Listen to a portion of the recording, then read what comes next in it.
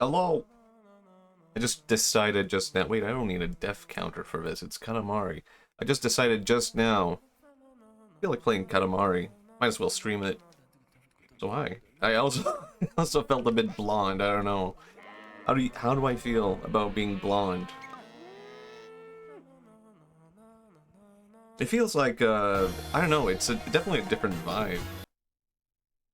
I know I'm a different person. I'm a bit more himbo, a bit more grunge, a bit more of a rebel because you know I have brown eyebrows. Makes you look like you dyed your hair. I never got to blonde my hair, dye my hair when I had hair. Oh, woof time.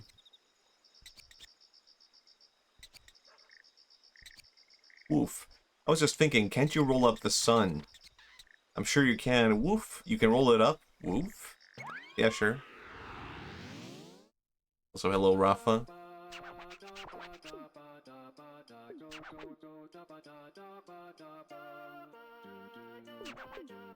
Doggy played too? How cute? Hmm? Hello?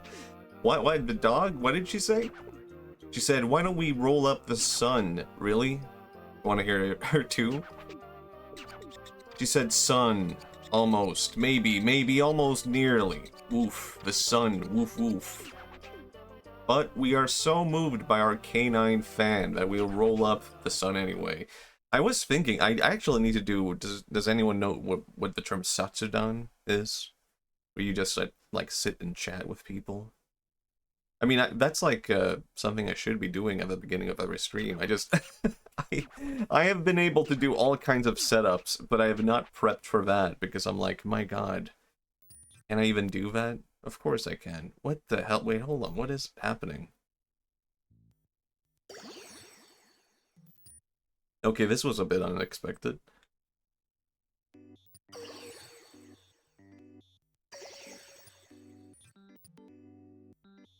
This is so strange. I was not prepared for like I don't know, whatever this is. It's a Katamari, but it's so different.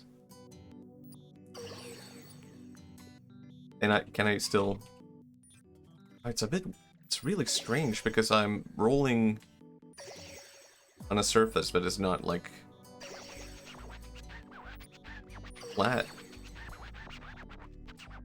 Anyway, I did see the new Pokemon trailer. I was kind of thinking maybe I should have set up. Maybe we could watch it after I finish this level. We could watch the Pokemon level trailer. Yeah, I was I was thinking, oh yeah, talking to a dog is a bit different. But I wasn't expecting it to be like crazy like that. Hello, fellow human. I am not a robot in a skin suit. Alright, that's reassuring. It's probably like the most reassuring thing I've heard all day. Hello, Lula. This song is awesome. Hold on, where is everything? I can't even tell where I am. That's sun. Wait. Oh, wait. What? Oh, interesting. I see how it is now. I need to roll the length to the sun. Okay, I thought it was going to be like more like a regular Katamari level. Interesting, fascinating. Oh, this is a really strange level. Oh, too bad, too bad. It's because the Katamari is still too small, which means there's not enough stars in the cosmos. Not enough, so not enough. I am so confused. Who are you? Oh, I can change. I unlocked like a new skin. I'm 99% sure that this Rafa 2K5 user is a robot. Must open his skin to make sure. Huh. Rafa? Comment? Can you say a human phrase for us?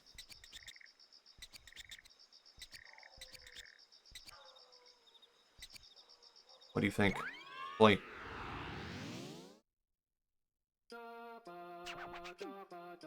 Ace, you're so tiny as ever. Are you working out? Are you boxing? Oh, we used to box, we just remembered. We did beat a rabbit once. What? A grandchild? Like, we know what that means? Don't interrupt. We wallow sometimes. A magnificent figure. Just like I imagined. Magnificent. Yes. Grandchildren are sweet. Very precious. Grandchildren are. Yes, yes. Alrighty, let's try a little rolling for the grandchildren, too. Humanity will fall to despair the day's machines rise. Interesting. I mean... I don't know if that sounds very human. Hold on. Wait a second, a human wouldn't say that.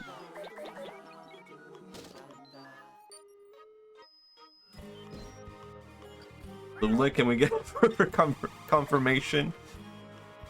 Is this human talk or AI talk? I don't think I know enough about machines to know.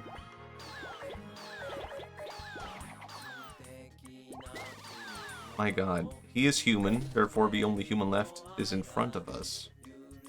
Man, I don't even know what's human anymore. TS, please show us? Oh no.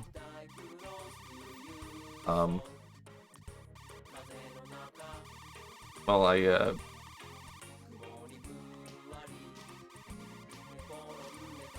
was all a machine all along. I had no lower half. Nothing to show.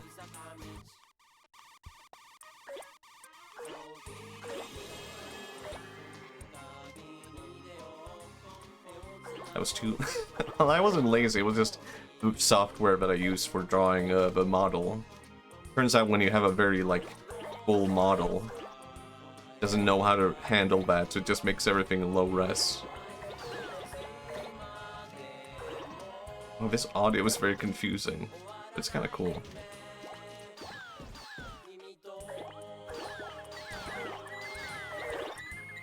I've heard, I don't know if this is true, but I think I've heard that, like, everything in the original Katamari Damacy has, like, the aesthetic that is chosen is very simple, because everything was actually, like, modeled by students at university. So this was, like, their first time modeling anything in 3D. Also, notes of the day, power went out, like, 20 minutes, and at Quadras vomited. Cat Quadras? Is your name cat's name Quadras?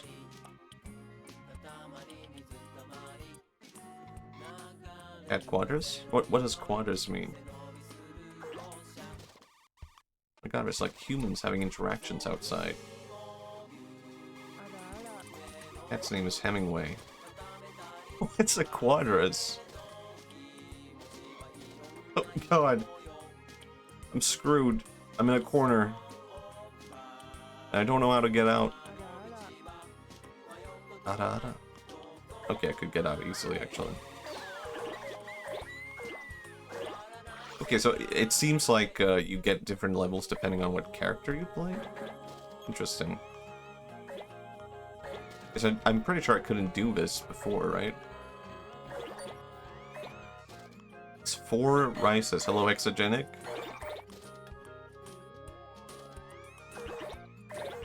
Twice rice. Oh, I see. Oh,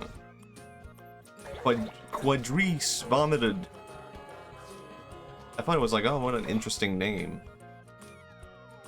But it's 4 times.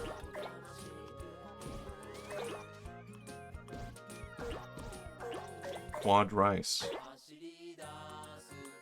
Okay, now I get it.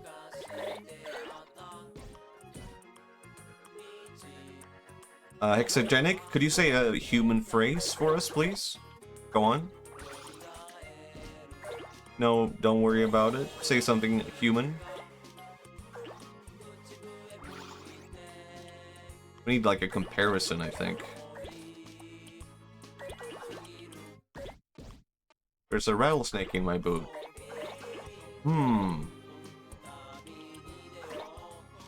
Alright, I think that wait, no. No, a human would scream. They wouldn't be that proper. I think we have confirmed bot.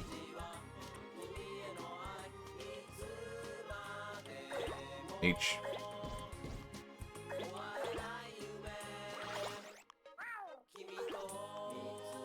You can't fit a rattlesnake in a boot, can you? We must open his skin. Yeah, we have to.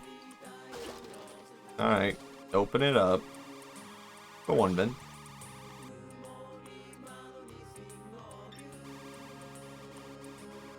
How do I leave this place? I'm so stuck here. I was kind of expecting I would be able to go outside.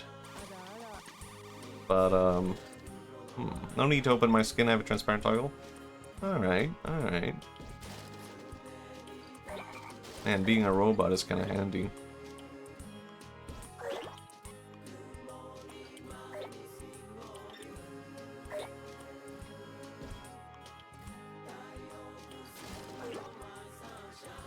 You could probably make like a general like assessment of robots and humans and their statements.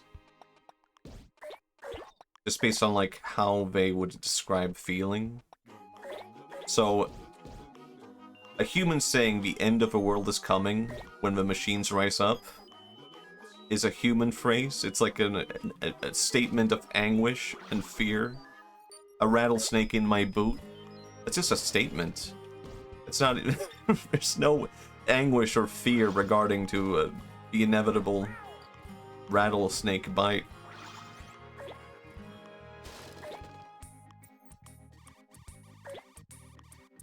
Recently watched Ex Machina. I've never seen that one. I know there's like a poster with a girl. That's about it. That's all I know. Wait, am I supposed to like leave this place? Yeah, it has to be the case, but I have no clue how to leave this place.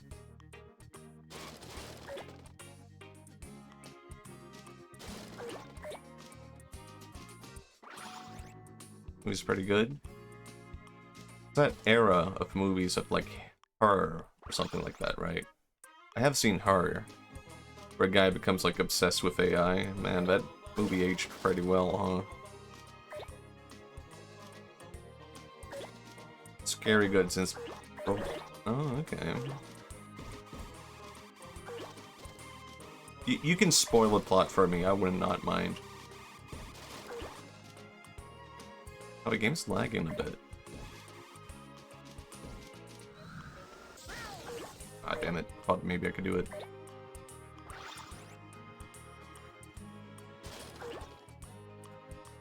I feel like I messed up this level.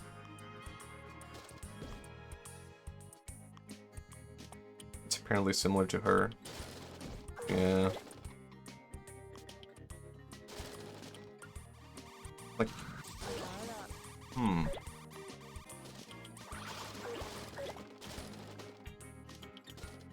There has to be some way to leave the apartment, right? Maybe I need to, like, go back later to this level.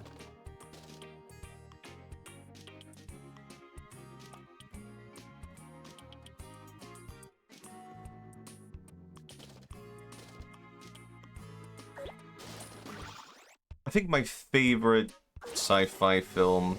I don't think I've ever been able to get into, like, a sci-fi film that is, like, too technical.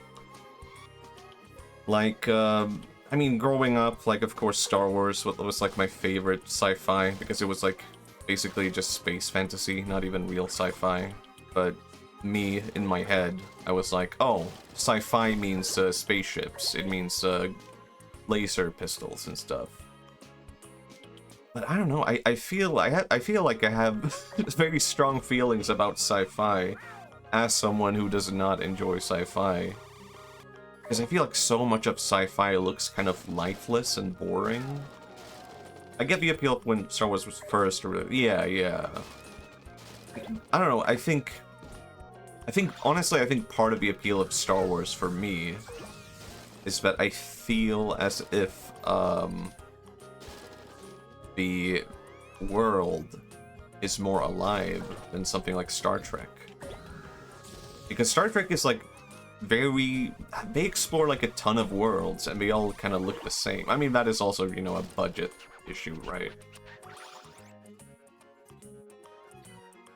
But maybe the best comparison might be the game Mass Effect, where everything in Mass Effect is supposed to feel expansive, like a galaxy. Instead, every civilization feels like it lives inside of an office. You never get the feeling of, like, this is how people actually live, and every culture and alien race is different. But movie show is gone in 2025. Station's already dead. Yeah, I cannot call myself a Star Wars fan anymore. Like, and I was hugely into Star Wars when I was a teenager. Yeah, Star Trek... I feel like Star Trek for me has always felt like technobabble. And, I don't know, I think maybe I would like Star Trek today, though. I'm so confused about, like... Katamari seems boring. Is this really a game? Look.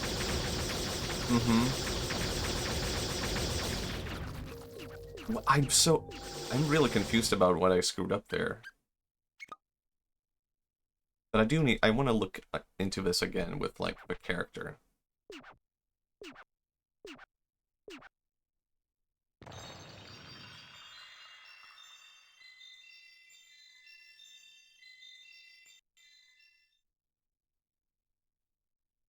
Like, I think if you want to make, like, a sci-fi universe with aliens, and look at, like, how... you have to look at how people live in different cultures. You can't just be, like, reading sci-fi if you want to make things feel alive, at least in my opinion. Like, if you look at, like, a lot of cultures, how they dress up areas and how they live and such... There's a lot of, like, textiles, and, like, people hang up textiles on, like, walls and walk on it. It's one of those things that you don't get across when looking through history, because textiles kind of, like, fall apart over time. They don't really get preserved. But so much of, like, culture has textiles to it. And then you look at, like, I don't know, sci-fi, different cultures, people trying to, like, make things feel alive, and there's nothing there that makes it feel like lived in or human. It's just like people sitting at desks and people living in sterile environments. And I honestly feel like people would just, I don't know, die if they lived like that. If people lived in an environment that feels so dead, I don't know why people would go insane. Honestly, I feel like sci-fi stories that's more realistic than fantastical. Yeah, I can see why. I have played a little bit of Space Station 14, but I had a really difficult time getting into it. I understand that it's like a very difficult game to get into. And part of it was, of course, so many people talking about it as a result of my Door video, Spaceship Door. Man, not Doorman, but the Door AI video. A lot of people compared it to, like, that. Yeah, I could see it being a thing of a learning curve. But I had a friend who was really into it, and he taught me, quote-unquote, taught me how to play it.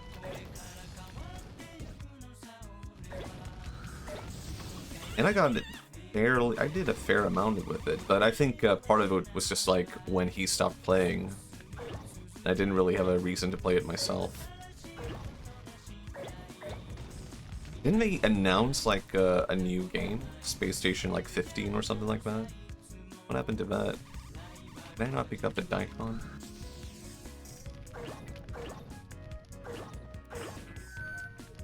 I feel like if I made, like, a sci-fi universe, then so much of it would just be based on, like, culture and how people actually live. I would be, I feel like because of that early experience of, like, interest in Star Wars and what made Star Wars feel alive to me, I don't know, I think I would just have to approach it from that way. I feel like, I don't know, I used to be really into, like, world building when I was a teenager, right? And I would build, like, different kinds of universes, fantasy, sci-fi, and stuff like that. And I didn't really finish any of them because you know, I feel I feel like it's kind of difficult to finish world building, I guess. Like when does it end? You could just keep going forever. I don't even think Tolkien was ever finished world building, was he? He never went like, oh, I'm satisfied. This is good.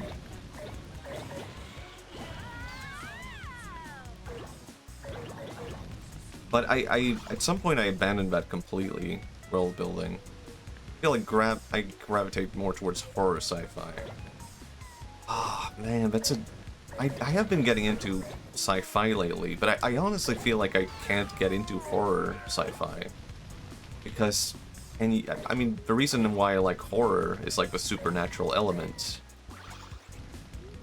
So, can you have that in sci-fi? Like a supernatural element? Maybe. I feel like I would have to introduce like some kind of, I don't know, psychic power thing. Where oh yeah, something alien incorporated. Ah, yeah, I guess that is fun. I guess that's fun. But I don't know where I would go with that. Like Alien or Event Horizon. Yeah, I'm just attacking these kids and no one cares.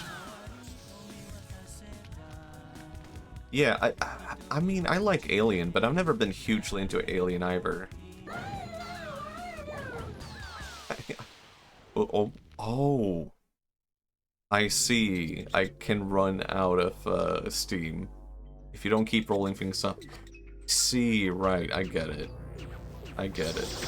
Oh god. But I really desire something like space fantasy, something Star Wars-esque that's just not Star Wars. That's something I long for. But I think as soon as you make something with, like, here's sci-fi with something supernatural going on, and maybe Buddhist influence, people would go like, oh, I get it, you're ripping off Star Wars, right? But I feel like, no, if I made my Star Wars copy, or my universe, or whatever, I would like to blend in, like, a real East Asian philosophy into it. Not like the vague stuff like Star Wars, where it's like, you have a force, and there's a good side, there's an evil side. Which is not really how, like, East Asian mythology and philosophy works, right? It's not like, here's the good, here's the bad. That's almost more of like a Christian element in Star Wars, where people are almost more akin to crusaders than, I don't know, Buddhists. But people often compare it to, like, Buddhism, Taoism. And if I introduce, like, a Zen Buddhist element to a sci-fi, I don't know, I think there is something to that that would be really interesting. All sci-fi gets inspired by other sci-fi? Yeah, for sure. Everyone's always asking, where's Kata? But no one asks, how's Mari? It's so goddamn sad. Hello, Roger. Roger, could you say a human phrase that a human would typically say?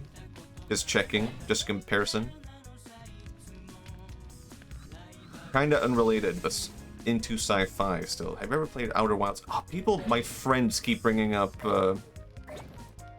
Outer Wilds a lot. What's a human? I feel like that's a reasonable human question. Alright, I'll accept it. Because it's like inquisitive, right? A machine would go like, here is what a human is. It's a bipedal that evolved from a monkey.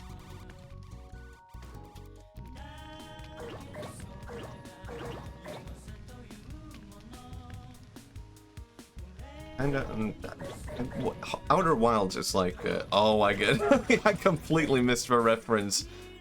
God damn it. Alright, I have never played a Castlevania game. Actually, I've played a little bit of Castlevania. I've never gone that far into it. Neverless bipedal. They got us roasted. Also, I love this artist singing this song. His name is Cringy. And I've been listening to him for a long time. I didn't even know for a long time that he had like a Katamari Damacy song. But I love his voice. He's maybe more famous now for making a song about like how there's no time. It's like a music video of an old man dancing. and how he's old and run out of time. His name is actually, I mean, it sounds weird to say in English. Kirinji. Which it just sounds like cringe, but I think it's supposed to be like a pun on Kirin, which means like giraffe. And I think a Kirinji can mean like a child genius or something like that. I think it's supposed to be a pun. I can't remember. Anyway, sci-fi. I don't know, I feel like it would kind of be interesting to make like a real Star Wars, but the Star Wars that people imagine when people say like psychic powers blended with East Asian philosophy, and actually going deep into like East Asian philosophy and sci-fi. Maybe you could just do that as like a... Oh god, now I was just reminded of something cringe I did. Which was I tried to rewrite the whole Phantom Menace at one point. And I was like, I'm gonna make the Phantom Menace but good. But I think it was maybe too easy to do that, because Phantom Menace is just like... It's very easy to find a lot of things to improve about the Phantom Menace. You know, like no Jar Jar Binks, we're leaving that part out. We can skip Naboo. You could make Anakin into like straight up a demon child, and that would be interesting. That would actually... Hold on, I think we might be onto something here now. Like horror sci-fi, and it's like... Oh my god, we have something. Horror sci-fi. Jedi on Tatooine, they find Anakin, and Anakin is just straight up a demon child. And they're like, he's the chosen one, and Obi-Wan... It's just watching this kid, like, setting fires. And he's like, really? This kid is the chosen one? Well, he's gotta be. Look at his midichlorian count. This is insane. Yeah, I'm not sure if that whole midichlorian count thing is real. But I trust my master. Wow, this would be really interesting. Right? Am I crazy? That would be legitimately a good horror story. If, like... It doesn't even have to be sci-fi at that point, right? Oh, it's lit. It's lit. Fire's lit. The campfire's lit. So nice. Everyone looks like we're having fun. Alright, you want to go home?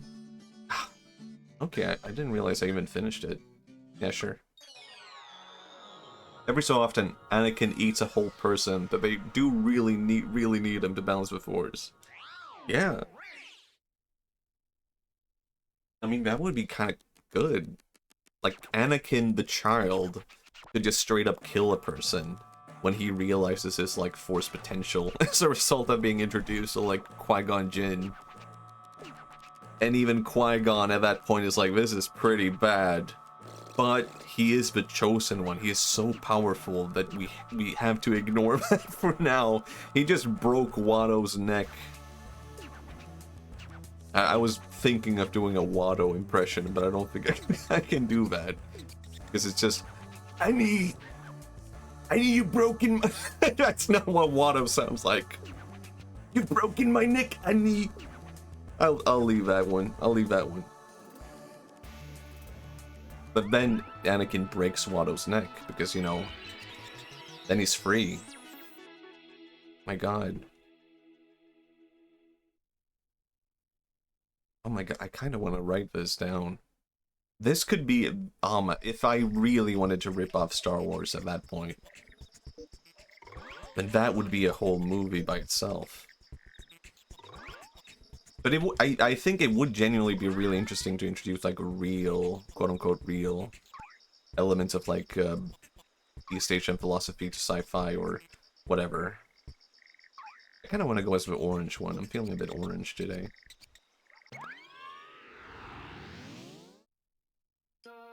But the question to that is like, wait, what does he speak? Esta saludo play bonega. Oh, Ace. What? Students at Earth schools? No! Speaking of Anakin, we're studying Esperanto. We are tre ukupata. We all love your highness. Love. Hooray! Done with studying. Perfect timing. Alrighty, off to school. You can turn the silly ideas into shorts with a less effort drawing, just for a joke. I kind of want to do that. I kind of do. My God. What? School is for studying? What kind of studying? Rolling? Oh, I forgot about Katamari. You can only play with the students for this long. Oh, I like that it started as soon as I hit something. I was waiting for something to happen. I actually did calligraphy in Japanese class when I went to university. Oh my God, that was the beginning of this year. I was about to say last year. Well, it was last year as well, but it ended at the beginning of the year.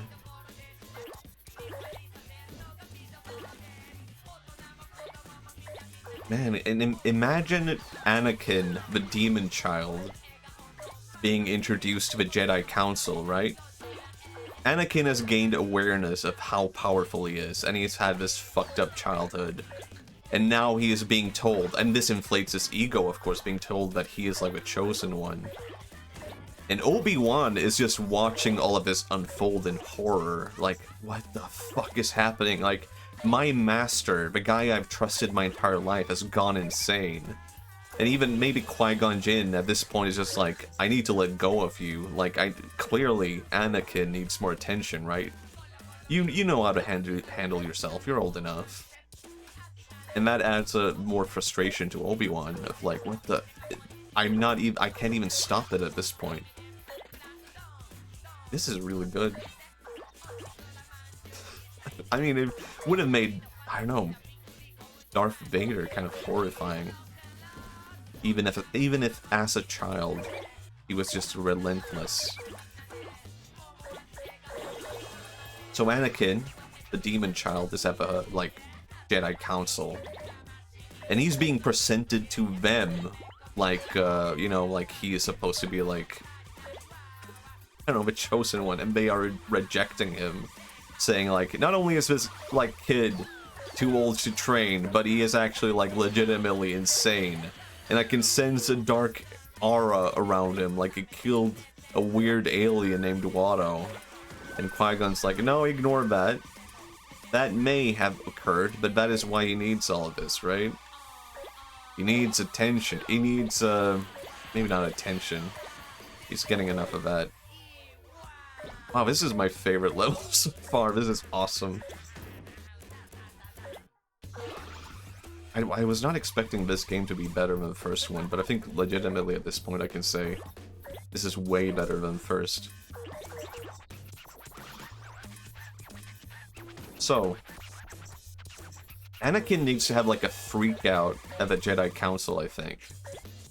Where he is like, he's getting frustrated. If we don't give this child the rank of master, he will consume the world. Maybe even then, right there in that moment, he's like, I demand the rank of master. And the Jedi Council find this like laughable. And they're like, this child.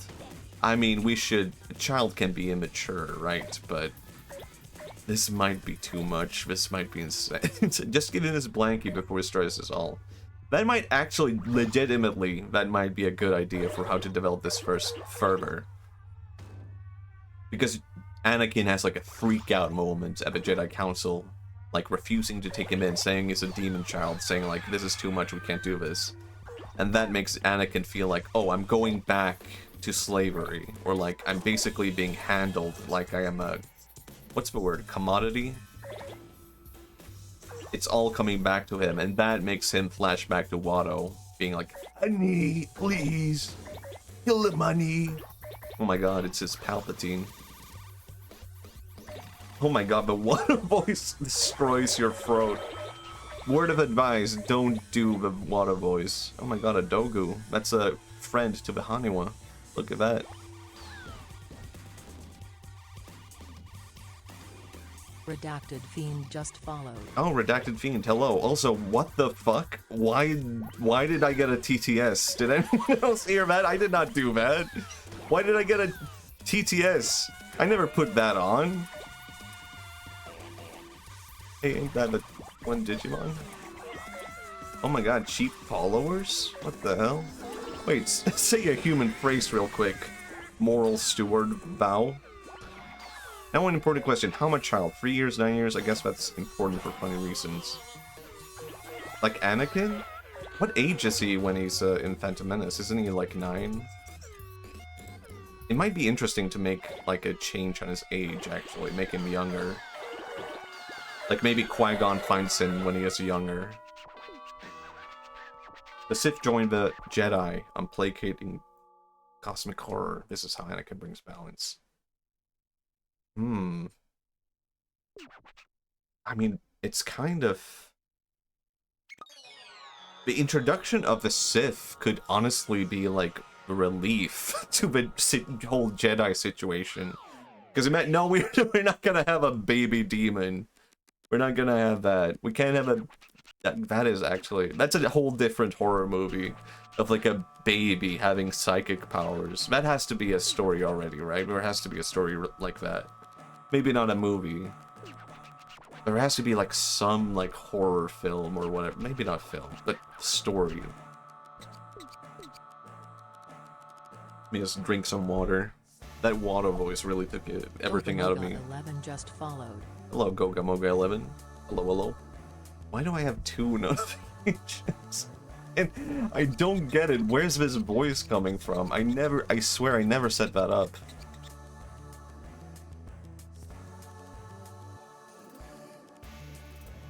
There we go. I think it...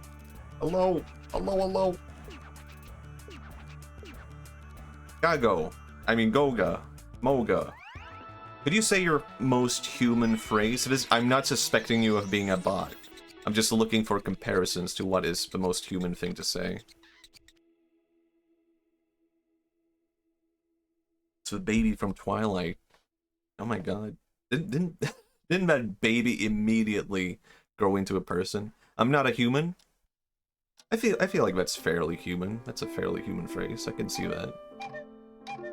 Only one I can think of something from HXH. Must have been a terrifying baby. I've never actually seen a red HXH. Yeah, we're not running a survey. It's all a social experiment, you see. My god, a heart. Oh my god, she's beautiful.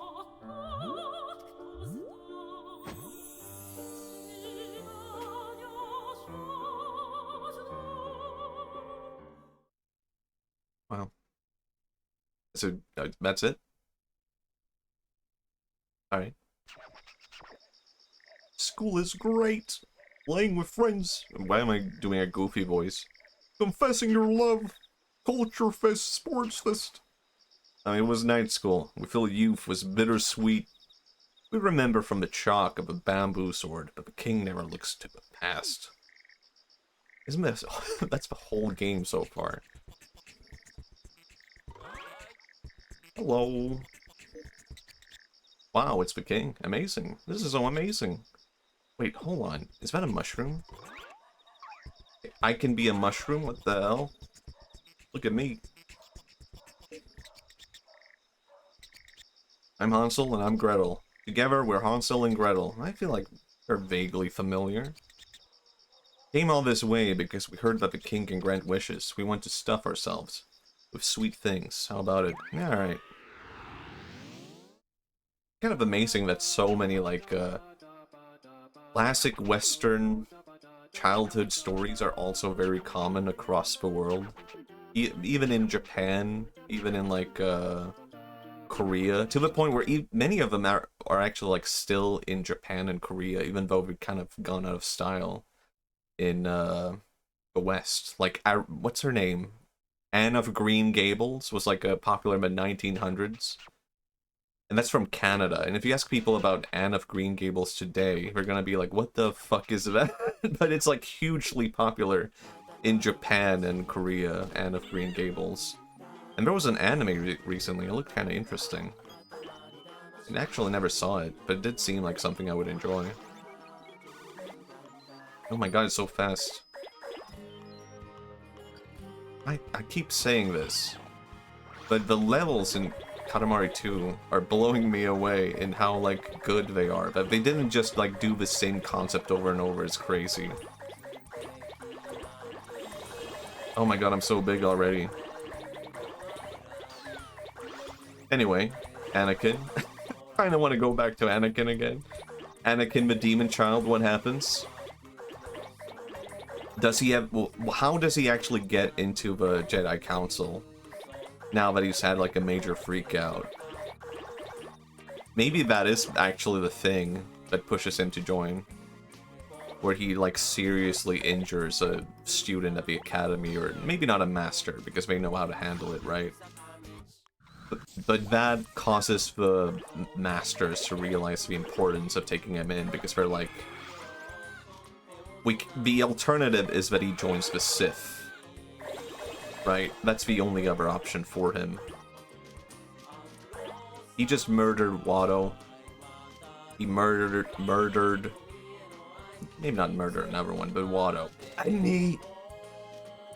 I just wanted to do the voice, see if it would happen. I think my voice is fine. My throat is fine, though. My god. This one is pretty easy, isn't it? There's also a lot of sweets in Japan that used to be popular in the West that have completely gone out of style since. Like the Castella is associated with Japan, but in Japan it's associated with Spain and Portugal. But I don't think people in Spain and Portugal, like, actually eat Castellas anymore. So they're like, oh, that Japanese snack. How would Star Wars be different if Anakin used a Katamari? Now, here's an interesting question. Qui-Gon lands on Tatooine, and he sits down at the junkyard, right? But then he looks away, and then when he turns the other way, he's like, wait, hold on, all the junk is gone. And he hears, like, rumbling in the distance. And he feels a sensation he has never felt before. A rolling force. The rolling force is like something that's only existed in myth. Oh my god. That was insane. Oh wow. This is an insane Katamari. I actually failed. I didn't do that early enough. I didn't do it.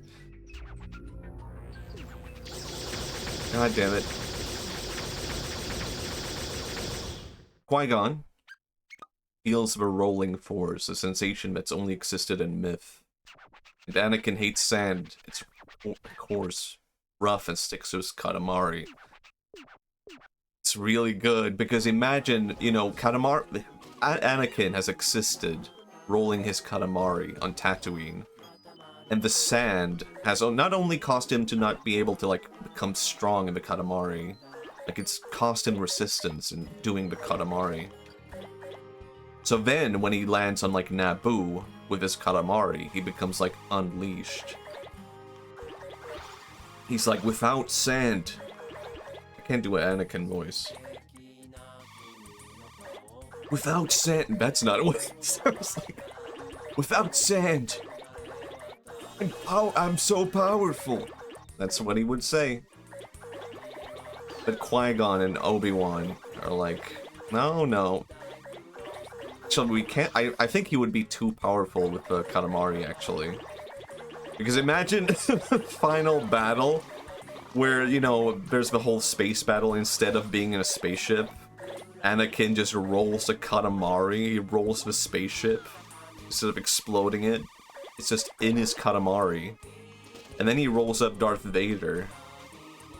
It's like, well, that's the end of that. It's not a very good Star Wars lightsaber fight. The lightsaber is just stuck in the Katamari. I think you could probably introduce the Katamari to, like, any universe and it would be, like, too powerful. Like, would Goku be able to defeat the Katamari? Or what if Goku rolled the Katamari? Now this is interesting power leveling.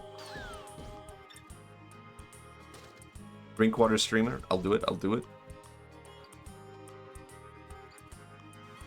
Wait, why did that redeem not cause Yoshi to go wow? Oh wait, because I muted it. Kinda miss Yoshi going wow though. I'll bring it back. Hello. Hello, real time. Hello, hello. Goku X Katamari, who's strongest? I mean, I think Goku could probably defeat a Katamari, right? But I think Goku with a Katamari would be unstoppable. Am I crazy for saying that? Katamari, oh yeah, it would be. Huh. Oh god, I did the exact same mistake again. I didn't roll into the house early enough. I'm gonna mess this up. I completely forgot about the time limit.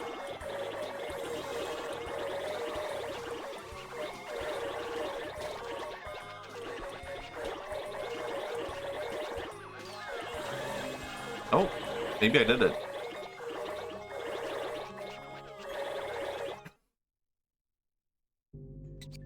I did not do it.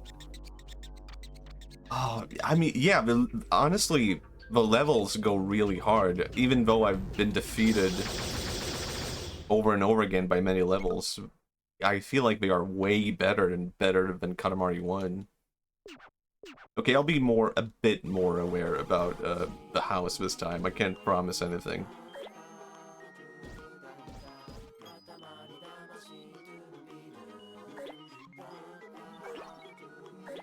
What if you could introduce Katamari to... I don't know, I feel like I've watched a fair amount of Dragon Ball at this point, but I still feel like I don't actually know enough about Dragon Ball. I guess I didn't get into Dragon Ball C, that is basically it. I basically only saw the original one. I like that one. I liked when Dragon Ball was a bit more gag comic. I think I could maybe not get into the whole, like, action stuff as easily. You've only seen abridged. Fair, fair. I mean, it's so big also. It's not much to know. C and Super, it's just dudes duking it out. Yeah. I mean, I do feel at times that's just, like, all you want to see. That's good. And that's all you need. Sometimes it really is like, you just want to see dudes fight. I mean, I felt that way about, Jujutsu Kaisen, basically. I did not really like Jujutsu Kaisen, to be honest. And I kinda got the vibe of, like, this is just people fighting, you know?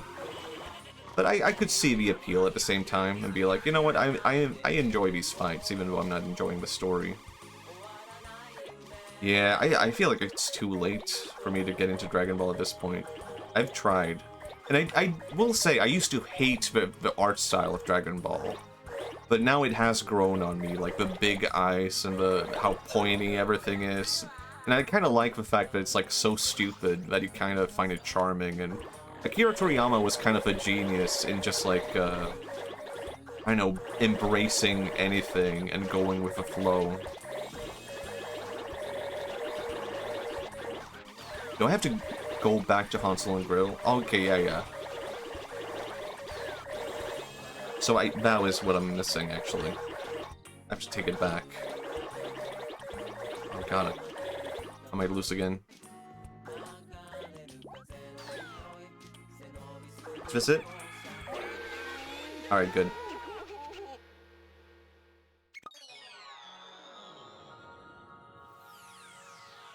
OG Dragon Ball.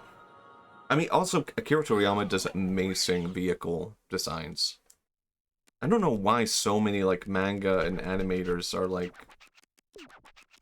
Manga artists and animators are, like, obsessed with vehicles. There really seems to be a thing where it just makes them amazing at drawing and animating and stuff like that. Like, Hayao Miyazaki is obsessed with planes, and, I can never remember his name, but Hayao Miyazaki had, like, a guy he studied under who was like one of the greatest animators ever, and he was obsessed with trains. And the same goes for like another big guy, Studio Chisu, Girl Who Leaped Through Time, that director, Hosoda. He is obsessed with, oh yeah, Yasuo Otsuka, yeah, that guy. A lot of Japanese people are obsessed with trains, and I kinda get it now. I kinda get the appeal. I feel like I could get into trains. I just need to learn more. What's up with you? Can I dash? Okay. Interesting.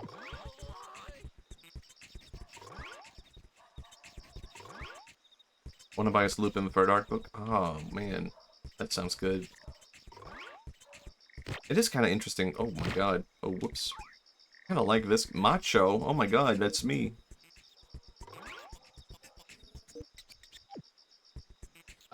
Wait, who is the next level?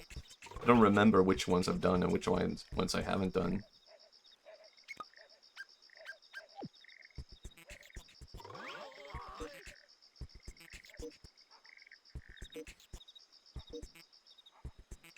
I never finished the dog one, did I? Yeah. Let's do it.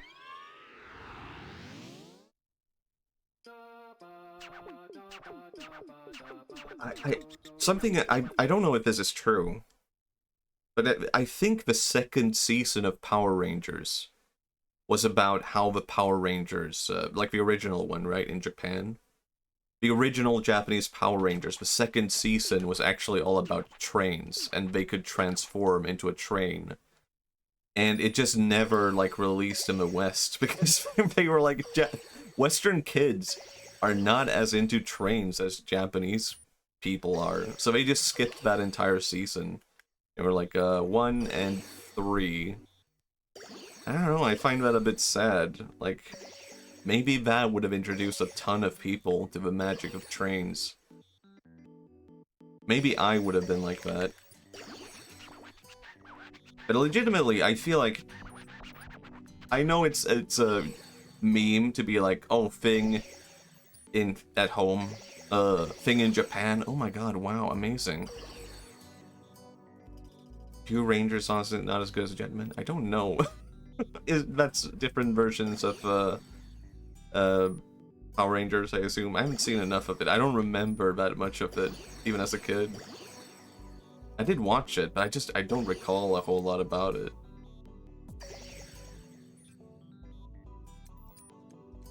I have to collect stars as well, oh my god. Because I hope they didn't avoid that theme just because it didn't, like, sell well in the West. Oh, okay. I feel like I should get acquainted with Sentai. Like, Kamen Rider, I feel like is the one thing I keep coming back to, even though I've never seen a single episode. I'm like, I just have a feeling I would love Kamen Rider. I can just feel it. I don't know if I'm ready for loving that show, though. I don't know if I'm prepared. I say that as the creator of Big Mask. I'm such a shame. There's literally nothing left to collect. But I know if I turn this in, he's gonna be upset. And this Stardust is not enough. I do find Sentai to be, like, genuinely fascinating, though. I feel like we need to, like, bring that back. I guess that's, like, thing about Tokusatsu is there's no wrong way to go about getting into it. Okay, that's good, that's good. I don't know, I say this as someone who's not even a fan of Tokusatsu, but I feel like if, let's say, Marvel and DC were like, we love Matthias and we love his YouTube video about monkeys, it made us go, haha, he should direct the next, I don't know, Batman. I would be like, okay, I'll do it.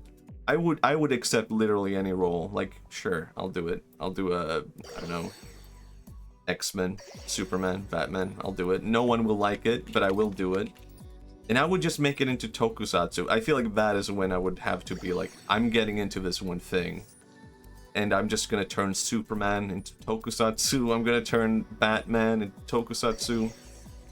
I'm gonna turn everything into it. I'm more fascinated, even as someone who's not familiar with, like, the lore or characters. I'm very interested in just the whole setup of it all. And I just find there's a lot of charm and appeal to it. I'm so confused by this. Oh, I think maybe this is like something you do later when you've made more stars and more Katamaris into star things, right? I see.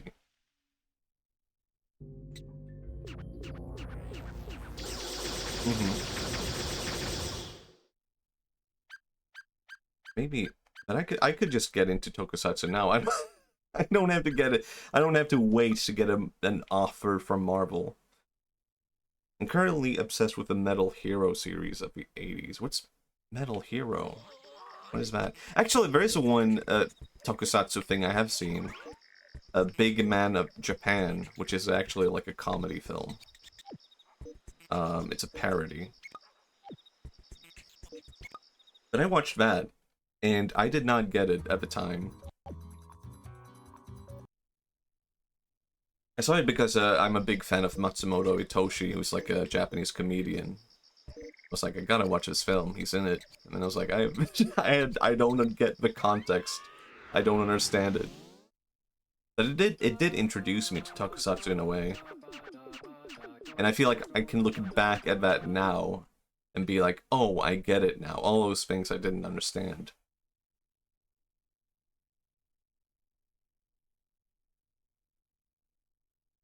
Is anyone here familiar with Gaki no Tsukai, a Japanese comedy show?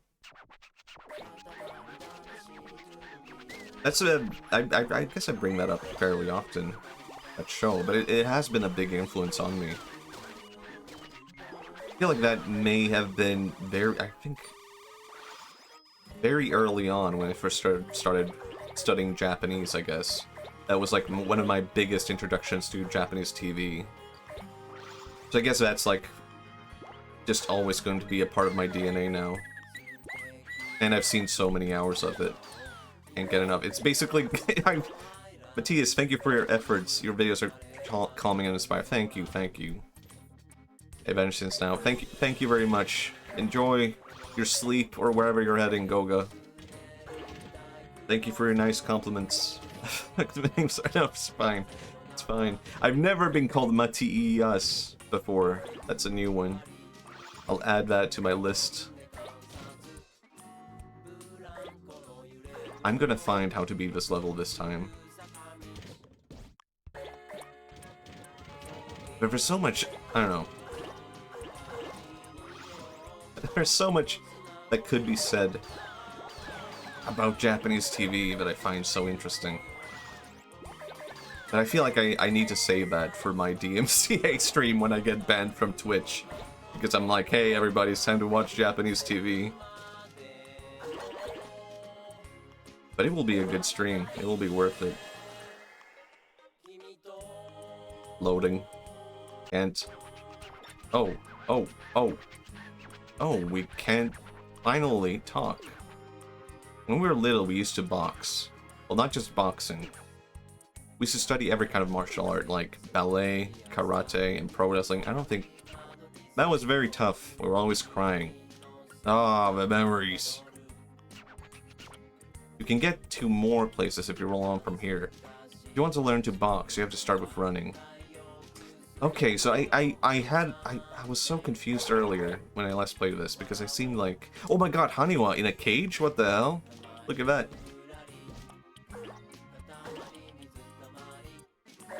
I need to figure out how to do it, though.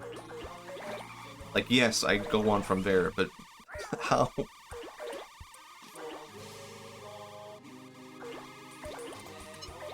Oh. My phone is low in battery. Emergency.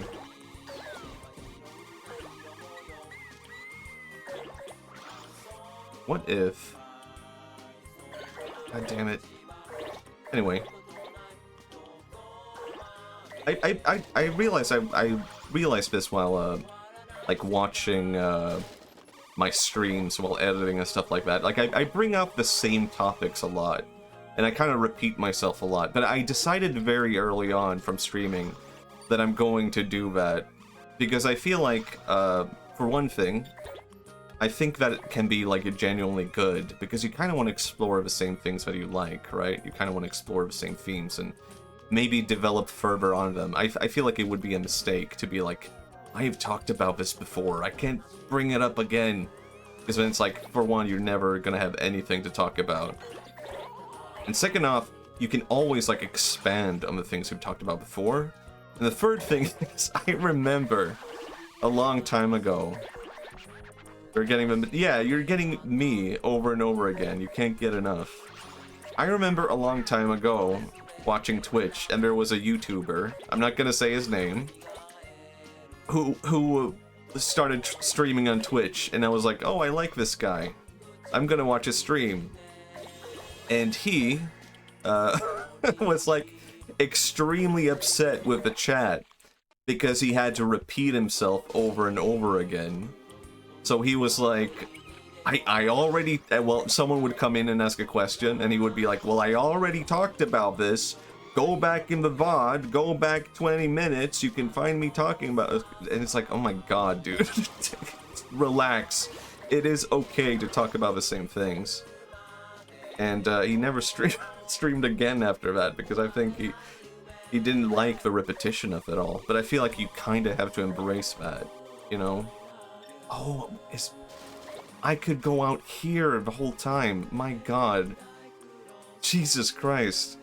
I didn't think that was possible, even. So yeah, I saw that stream of a guy getting extremely upset about having to repeat himself. And it started off the stream with him being like, wow, I love streaming, this is great. And at the end, he was just like, I can't stand these people. They don't get it. But I think you always have to bear in mind with Twitch. I remember being told this by someone, that like the average, I don't know if this is true, but I kind of just base everything on this one comment. That like the average Twitch viewer like watches a stream for like 5 minutes. And I think that is probably, you know, not true for every Twitch viewer, obviously. I can, you know, see that people stick around for longer than that. But it's something good to bear in mind that, like, the average viewer is actually not, like, actively watching a stream for 2 hours, right?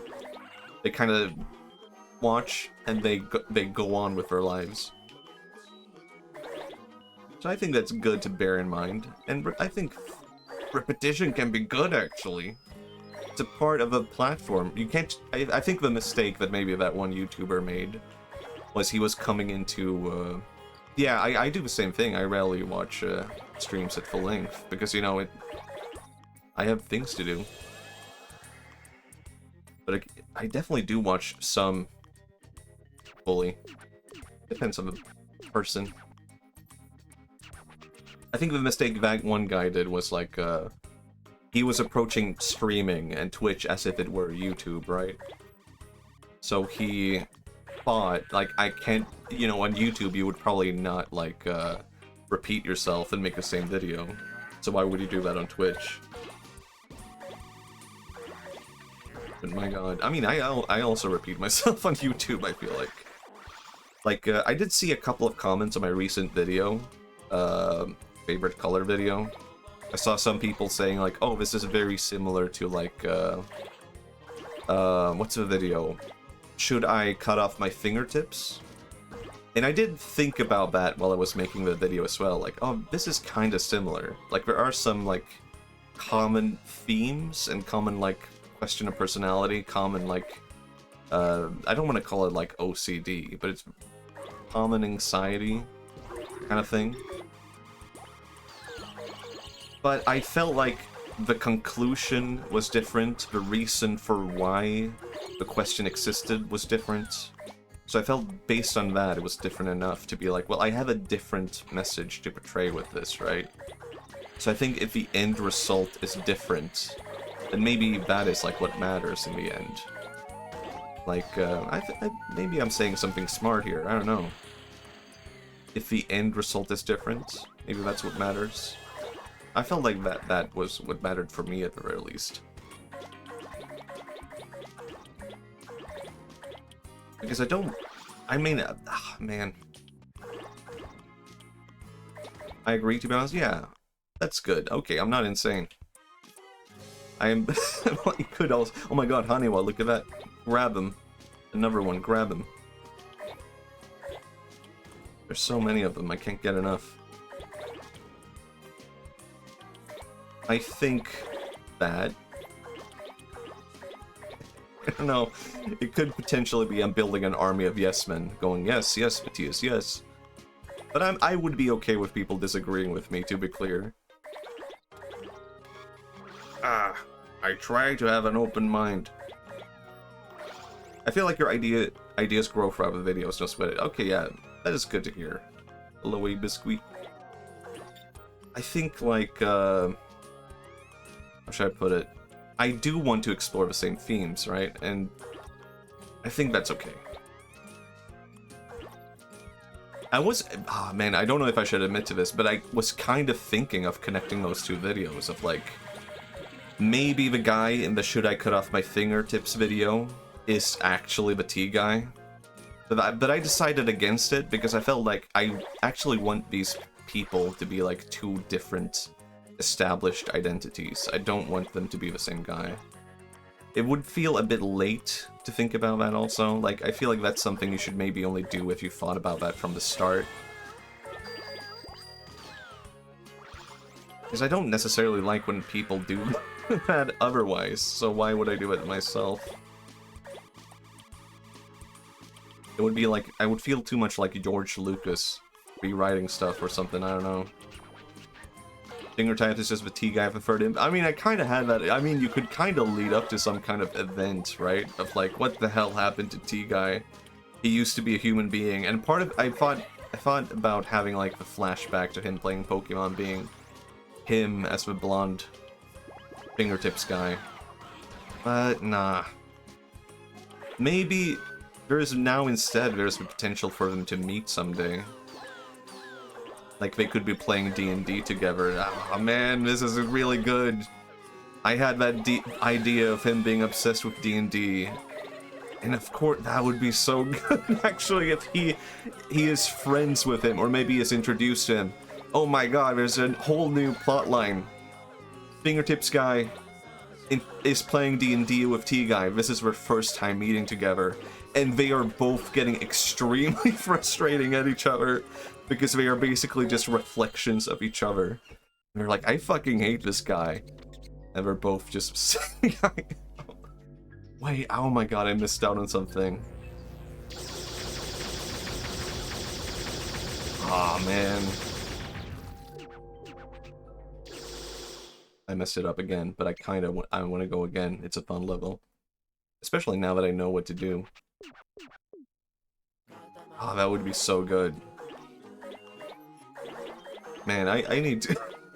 I should do this for every video, just be able to come up with a sequel for it on stream. Somehow that seems to work. Where I'm like, oh, I'll never make a sequel to this video. And now I'm like, he's playing D&D. What the fuck? Where did that come from? Like, the Bane... Oh, man. I don't know if I want to say this, but the most trouble I've had with maybe any, like... sequel video, I guess, is the door thing, AI door video, right? Because that's like one of my most popular videos, and people have asked for a sequel to it. And I've also always felt like, I mean, where would you even go from there? Like, how do you go back to a territory of the AI door and the spaceman? It kind of feels like a one-and-done story. But it would be kind of interesting, just throwing that out there, to continue the story as a response, right? To the original thing of like, oh my god, you could kind of draw the idea from that video, right? Of like, oh, every job has importance in meeting, right? And then you cut to maybe like the spaceman guy, and he is like, my job is to maim and murder. Like, his job is like killing people. And previously the idea was like, every job is important, and here's like a guy who's like, yeah, my job is to like eliminate alien species because they might be a threat. Is that a good job? Is that a good job to have? Is that important? I'm protecting people, but at what cost? At maybe a different door? I feel like that is both like the worst idea possible, and it might be the funniest idea possible. Of just like, you go through a similar thing, but with a different door. Because that could end horribly, where it's like, wow, this is a horrible rehash. Or it could be the funniest thing imaginable, where it's like, why is this the sequel? It doesn't make any sense. Maybe it's about a... Oh man, now I want to do that. Maybe it's about a door, but the door is just fucking stupid. It's like, I don't get it. I guess he wants to... It just screws things up further. Oh man, that's also a really good idea, actually. But instead of like trying to help the space guy, he just screws things up further. Man, people would see that as a commentary about AI, though. They totally would, where it's like, you have this one thing of like, oh, the AI helped the spaceman. And people see that and we're like, oh my god, what an amazing story. We need to build AI like that. And then they build an AI, a new door. And because they build it with that idea in mind, it just screws everything up. AI toaster that doesn't like to toast. Man, that would be depressing. I don't know if I could make that video. It would be too sad. It would be like a human who refuses to, eat. No, wait, I can't say that. It's literally just, what do you need to survive? A human that refuses to poop. Now that would also end badly. Maybe that is the human function, though. Because so much of, like, plants and stuff like that is spread around because humans were like, I eat tomato, then they travel to another place and they poop. And the tomato seeds grow there, and then another human finds those tomatoes, and he's like, oh, tomatoes. Then he travels somewhere else. He poops. He spreads the tomato further. Maybe we only exist in, like, as an addition to the plants of this world. Pooping could be like the human's best function possible, and we wouldn't even know it. We just neglect it. It's just what we do.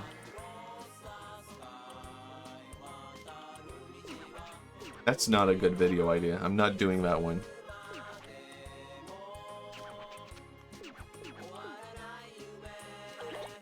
I think I have to go to the grandson or something, right?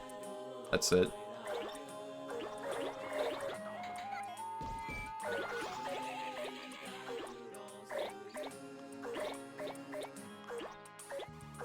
How about... Okay, going back to the door video idea. A man... No, wait, that's not the wrong video. My job is to maim and murder. And it's like a guy, but I don't even know where you would go with that, because, like, you can't interact with the door, I feel like, from that viewpoint. You would have to leave a door behind and only focus on the spaceman. And based on that, you would have to explore him further, and you could go anywhere from that. You could turn into a whole adventure. But do people actually want to see that? Like, here's the story of a minor character. That would make me feel like, I don't know, George Lucas again. Like, what if Watto had a wife and kids? Here's their story. Here's the story of Watto. Book of Watto. Watto miniseries. WattoCon. Watto's been on my mind lately. But I don't want to do the voice again.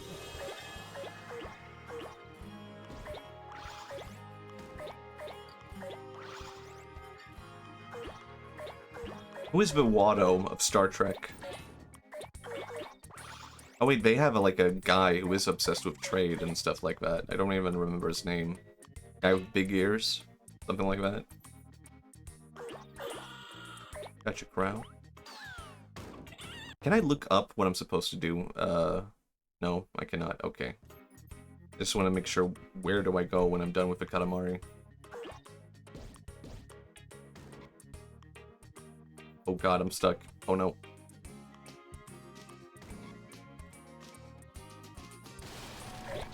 I dislike... Ah, man, this is something that I dislike about that video, though. The whole AI door spaceman video. Which is that, like, in time, people have come back to it and been like, oh, this is an excellent example of AI. And it's like, or someone will be like, my boss linked me this video when talking about AI. It's like, oh god. I think your boss might have a misunderstood idea of what AI is. Because AI, that's like, people talk about AI, and it's not really AI. They are using a marketing term to sell something different under the disguise of AI. Nothing controversial there, I don't think. This is a pretty tough level. 3 meters. I have 3 minutes. I don't think I can do it, to be honest. AI is lost on. Yeah, I feel like the inevitable end point of the AI crash. I think. Well, I think what will probably happen is that people end up using different terms for AI. They don't call it AI anymore because once it crashes, I'm assuming people will really find, oh, this term has lost all its like luster. We need to come up with something different so that we can keep selling the same thing but under like a different pretense of like, no, this is not a bubble though. This is totally different. So I think AI, the term AI, will just eventually split into like 10 different terms. I mean, that has already kind of happened, hasn't it? Like some people are calling it like LLM, language learning model, which I think is more accurate, probably. I wouldn't actually know. I don't know enough about it.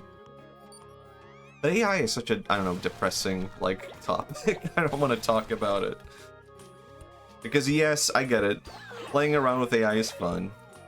We've all been there. Some of us, I guess. But it also gets boring extremely quickly. I had an idea a long time back, or maybe not too long now. I had an idea at one point of talking about AI on my channel. But, I don't know, it was just too depressing. LLM is the more accurate term for... Okay, so that is what it means. But I think we're probably going to see a lot of that, where it's like, different terms being used. I think LLM will probably become more commonly used, and people will use that wrongly as well, because it's like, oh my god, Densha Otaku. It's cameraman taking pictures of a train. So freaking real. Here's a different topic. Has anyone seen that video of like, it's a bunch of Japanese guys taking pictures of a train, and they are waiting for like this one train to come through that's like a super rare train. Like it's happens so rarely, so it's like a huge event. You have all these like people lined up to see it, and what happens is that like an American guy on a bicycle comes by, and he's like super happy seeing all of his cameramen and starts like bicycling in front of them, and they all freak out and they're like, get out of the way, get out. And they're like, we need to do something about this guy. They're like seriously upset, and they're start demanding money from him, but he doesn't speak Japanese, so he's like, something funny is happening. He doesn't get it. Anyway, that's a very funny video. It would be way too difficult to find. But I think everyone in Japan dislikes the train otakus, or at least the obsessive ones like that. Also, I did it. Hooray. I kinda get it, though. I said it before. I didn't fully bring out my thoughts on trains in Japan. They were pretty fun. And even, like, aesthetically, I just vibe with them.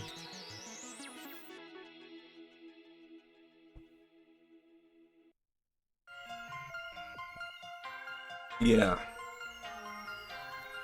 They're annoying. Or at least those who take photos, right? Because a lot of them will like break into places. Okay, I need to listen to this. Hold on. This is pretty good.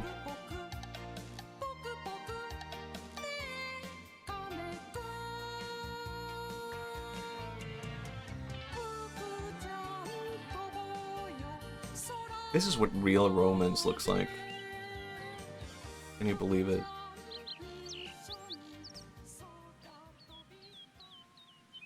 Oh my god. I just had a, like a, I don't know, mental break where I'm like, oh my god, I'm streaming right now. It's all happening. Brief moment of realization. But yeah, people dislike train otakus because a lot of them who take photos and stuff like that. What do you get 4+ murder cases about it? Yeah, I guess people really don't like them.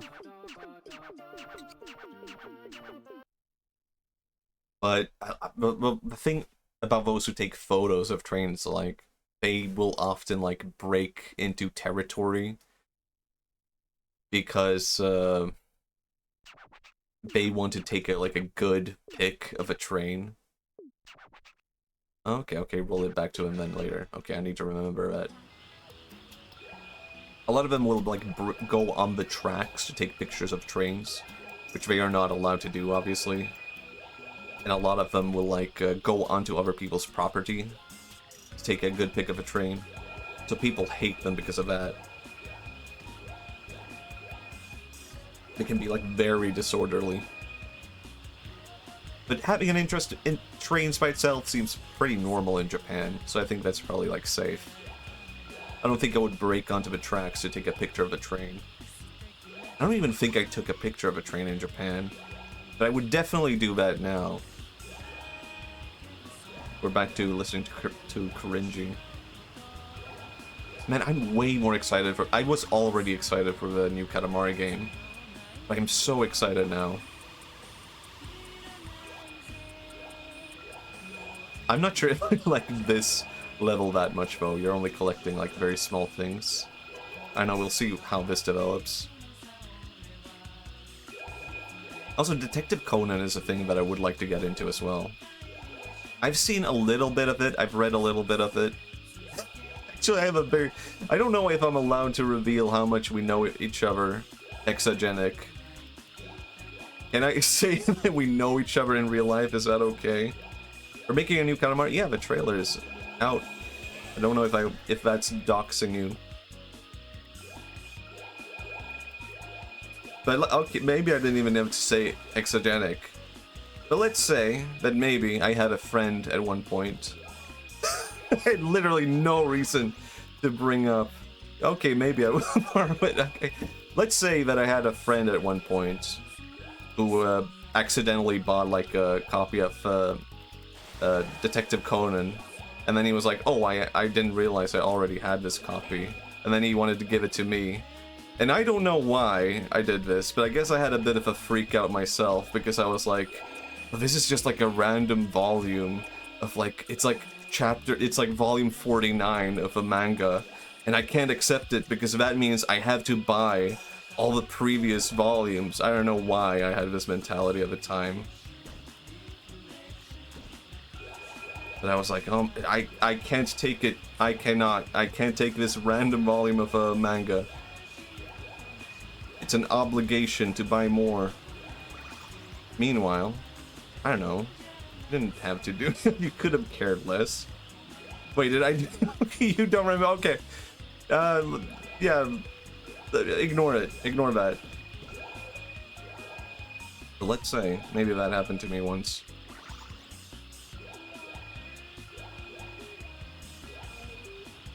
I know, I mean, I wouldn't do that now. I wouldn't buy... Well, actually, I think I have done that. Because, actually, I realized just now I have bought some manga out of order because they just were not available. But I would still buy them later.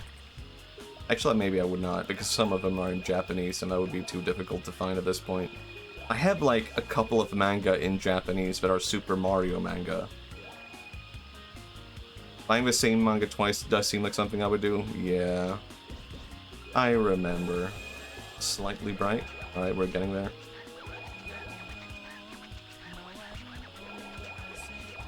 Oh, this time limit is kind of tough. I don't know.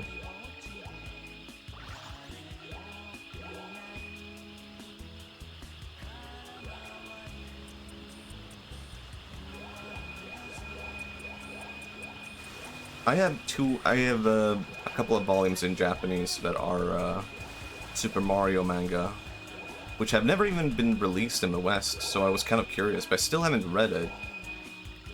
I know, I feel like, how should I put it? I really need to get back now. Shit. How can I even find my way? Oh no. Shit. I messed up. I messed up.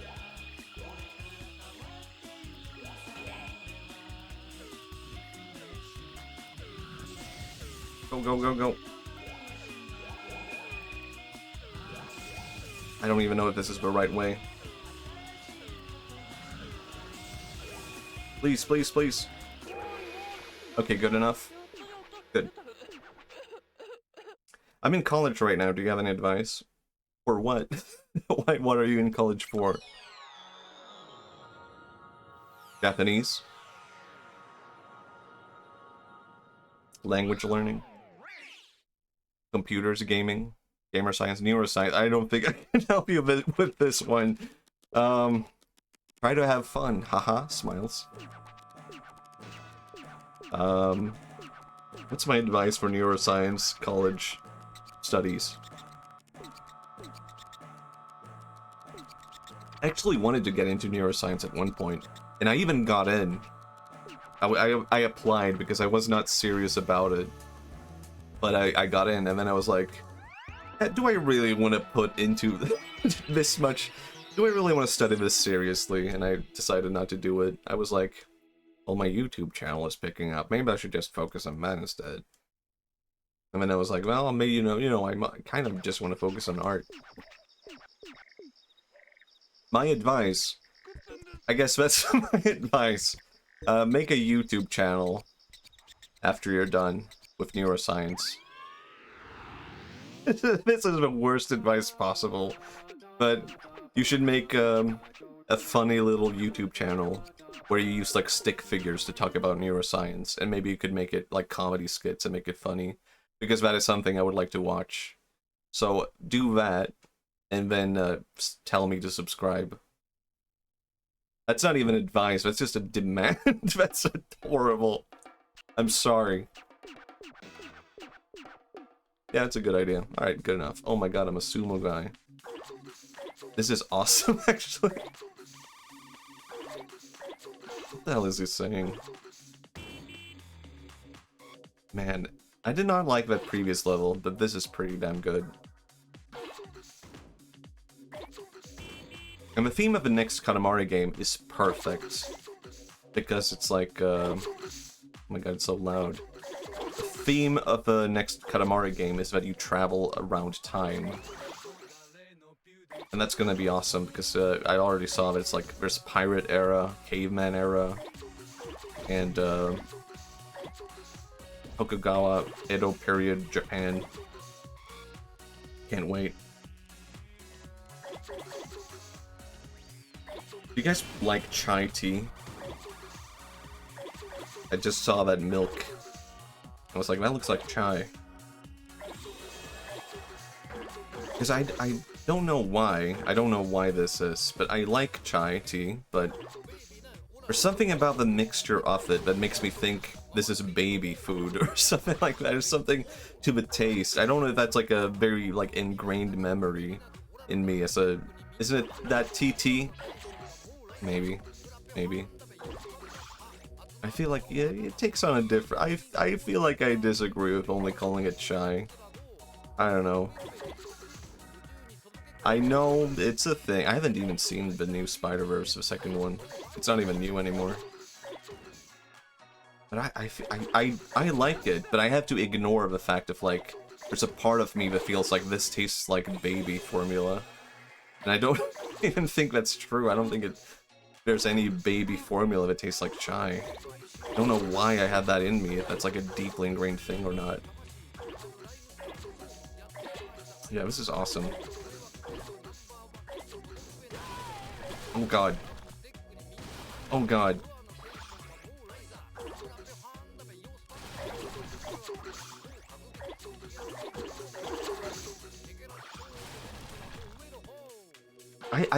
I feel really weird about how popular matcha is becoming in the West, actually.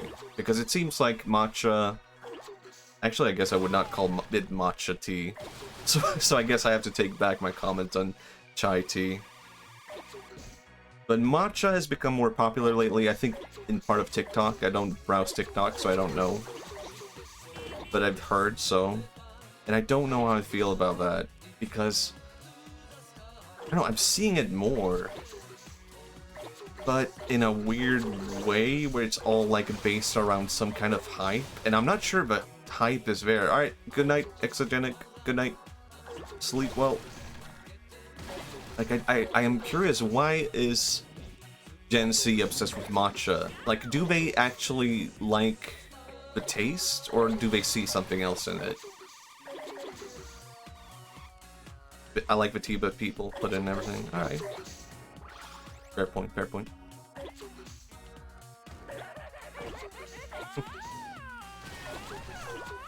He's not eating people, is he? What the hell? He's eating a rice cooker. What the hell?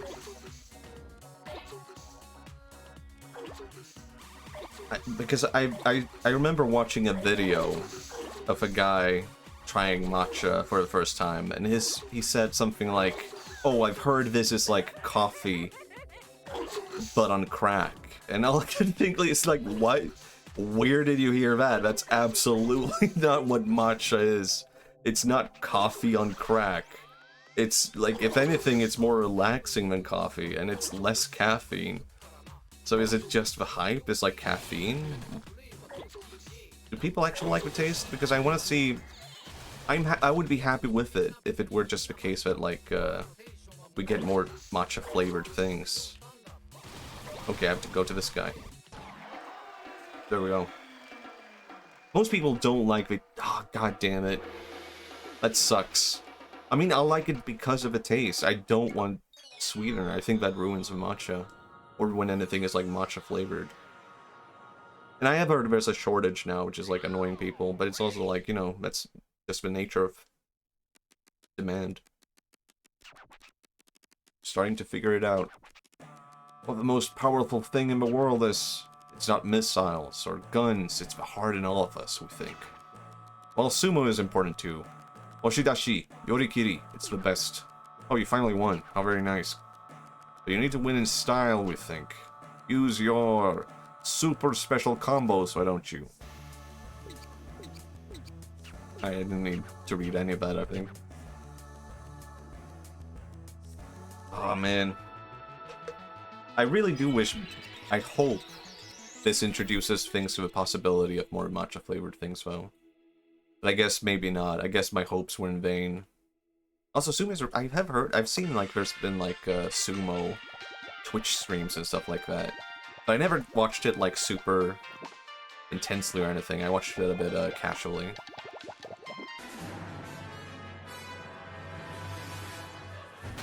Buddy ran away from home, oh my god. Yes, Midnight's, that's the one. Oh my god! Holy shit.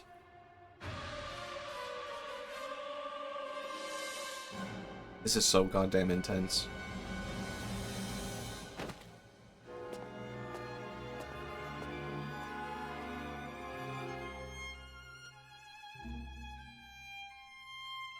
This is so goddamn sad. Oh.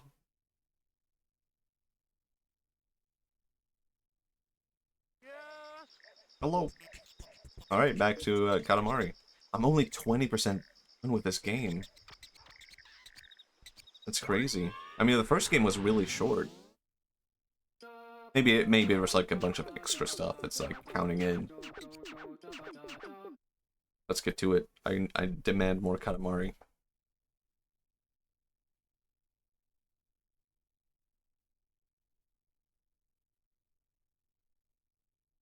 Oh? Friends that forgot all about Katamari Damacy, or friends, playing their very first game of Katamari Damacy.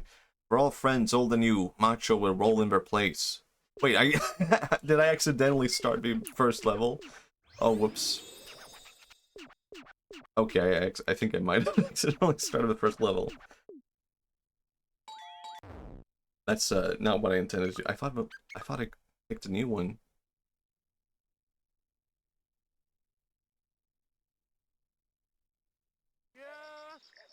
Did I not do that? Wait, what? Skip the... Maybe I skipped the tutorial. Okay, that might actually be it. But I just skipped it. And now I'm like, wow, a new level. We so want a pet. Something to soothe our weary heart. Dearest Macho, what kind of pet should it be? What? A friend? What? Aren't we talking about pets here? An adorable pet. The play adorable games with. Everything. Yes, yes, friends are so very important. We are everyone's beloved superstar, so we can't be a friend to just one person. Let's get rolling and find some friends. Alright.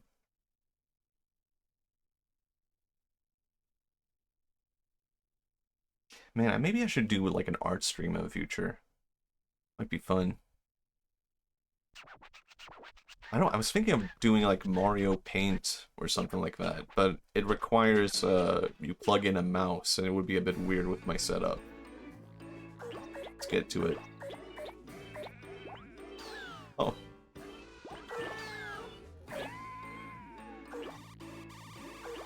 I'm only collecting pets, fair enough.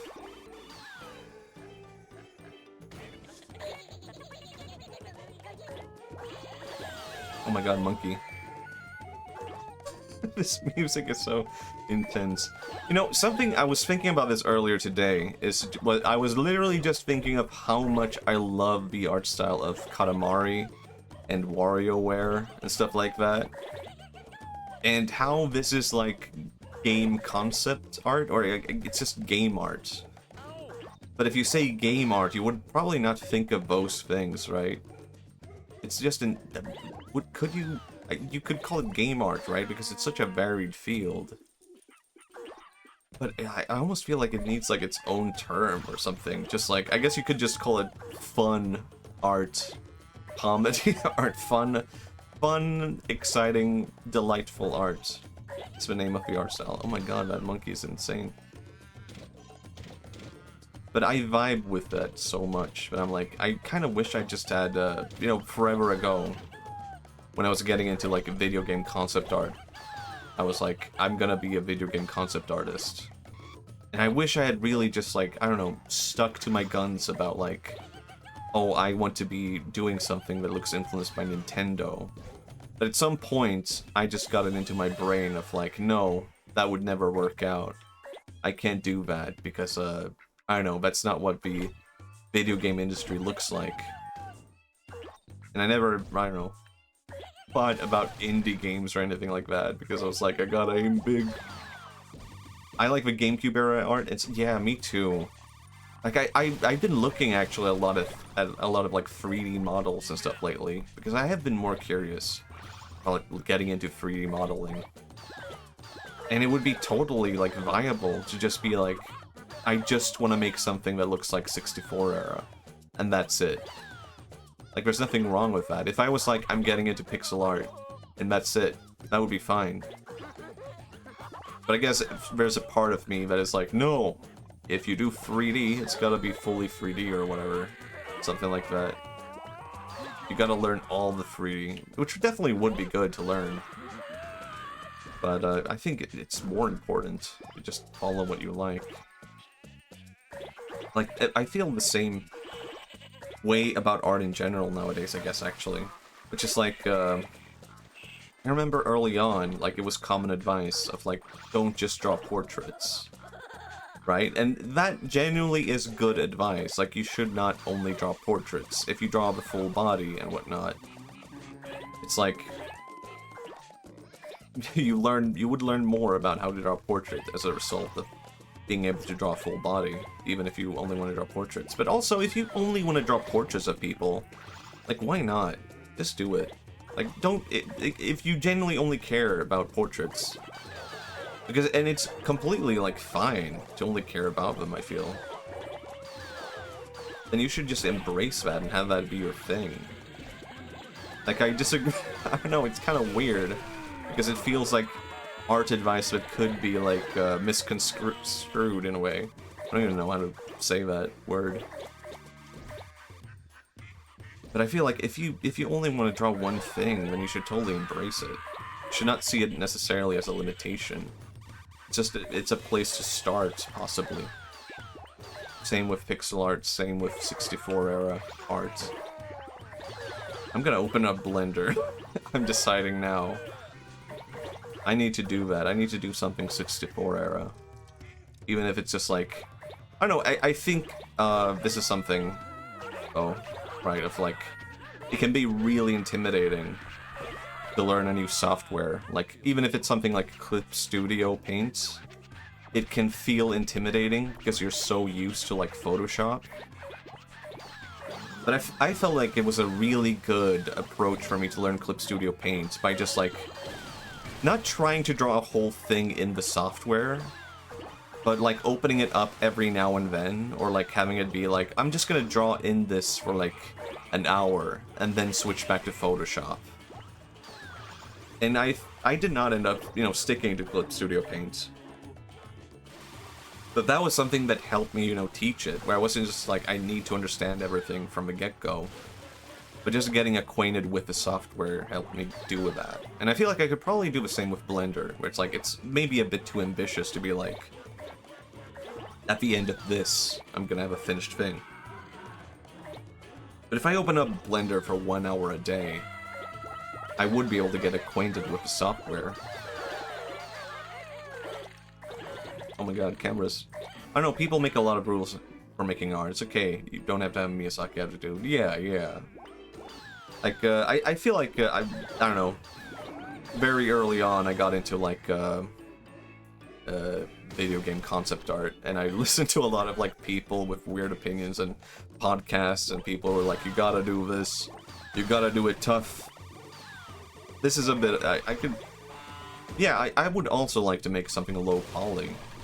I feel like I would vibe very well with that. And I guess from that, I mean, it's part of, like, I can't only blame it on other people, right? Because I was the one who listened to that stuff. So it was also a mental attitude of myself, where it was like, I need to do it the tough way, where it doesn't matter. And I feel like now that is such a silly way to look at things. That, like, oh, if I ignore this, then I'm not giving it my all. It's like, actually, you don't need to give it your all. It's funny enough. Like, you might actually be better off not giving it your all. It's kind of like, this is also going to sound like really bad exercise advice, right? But, like, a lot of people go to the gym, and they imagine, like, if I go to the gym, then I need to give it my all, and I should be, like, sore and aching at the end of it, and I should wake up the next day and be in pain, and that's how I know I had a good session at the gym.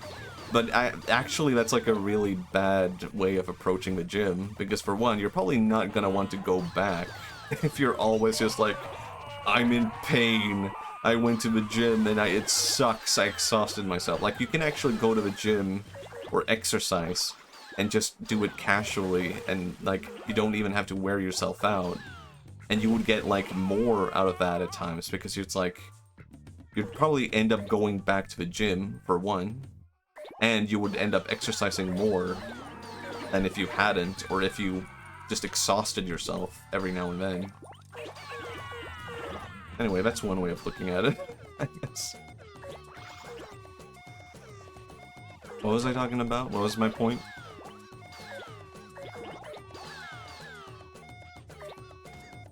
Something art.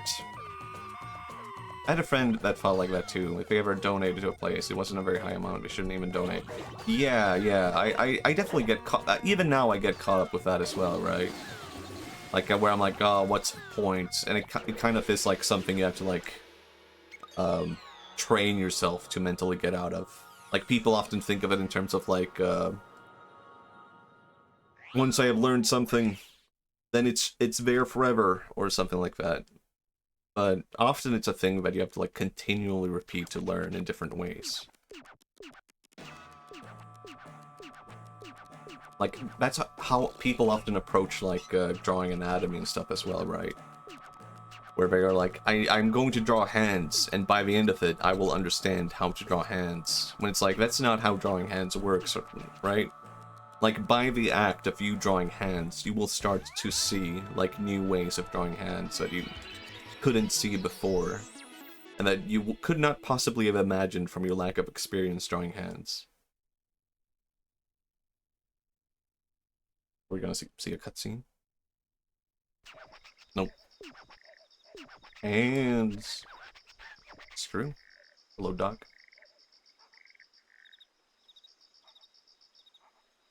Like, when you, I don't know, people often think of it in terms of, like, having a new attitude or idea of, like, Alright, maybe I'm just talking about myself. It's not everyone, right? But I think quite often it might be the case, speaking from my own personal experience. Oh, there's so many levels now. What the hell? I'm gonna go back to being a mushroom, though. I miss it. People often come up with one idea where they're like, yes, I get it now. I should be more happy. But you're only thinking about how to be happy in one way. You haven't fully, like, thought about how to apply being happy in different ways. And that's how you fall back, where you're like, I don't get how to be happy. Does this make sense at all? Maybe I could use a better analogy. Oh, look, it's snowing. Wait, did he say Sweden? God damn it, did I miss that? I need to... I need to leave this level. Hold on.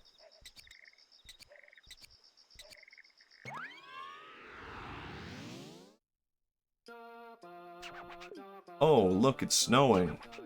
When it snows, we think of snowmen. Snowmen are cool. Okay, I thought it said Sweden, but it was snowmen.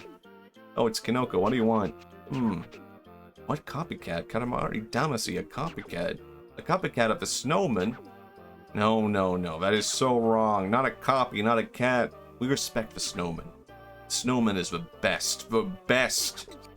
Roll, roll, roll, that snowman. Let's go hand in hand to Winter Wonderland. Like, I think people often think of it in terms of... going back to this again. People think of it as like, I don't know. I guess maybe I'm just repeating myself. But it's very difficult maybe at times to see like how to apply something you have learned. Because you see it from the point of view of like, I should do this one thing more. And I should be more like this. Without seeing the full picture from even that starting point. It's not making any sense, never mind. I wish I could see more. Let's talk about Katamari instead. Something happy. Hooray, dogs, haha. Man, it would have been cool if it were Sweden though.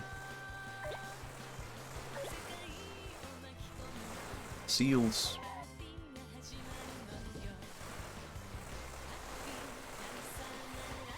No, only small thoughts. Katamari. Katamari. Hello. Damn it. Oh wait, that was her from the first game. What the hell? She was in the cutscenes and everything. That's him. I think it was also in the cutscenes. I can feel it, the cosmos. Let's talk about fun, weird games instead, like WarioWare and Katamari. I guess they're very different games, but they're kind of within that like experimental fun style of things that I guess I'm falling more for now. Oh shit, I didn't realize that was way too early. Whoops. I thought it was something something I could roll on there. One more time.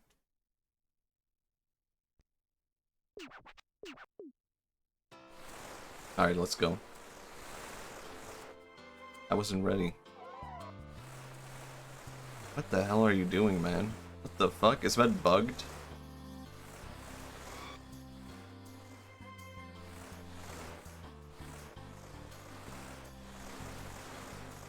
Alright.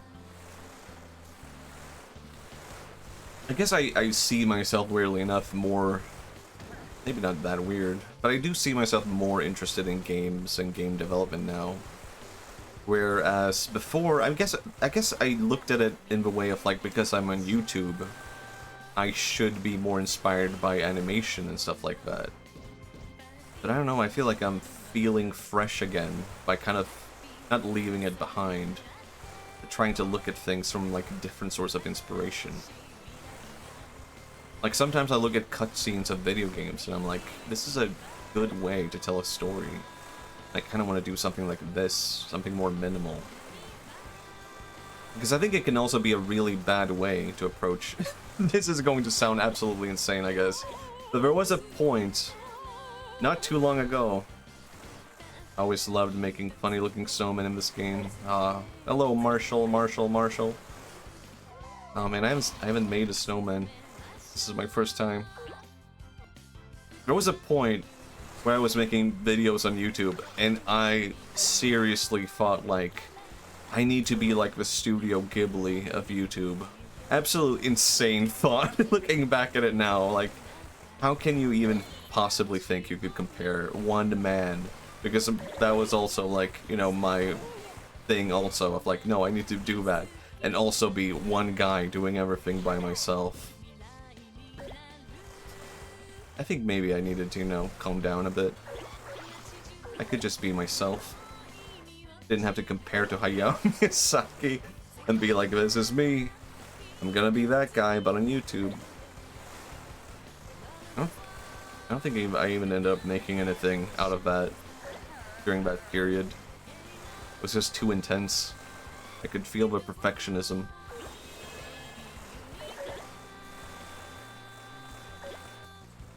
Let's get him. Snow rabbit. Ow.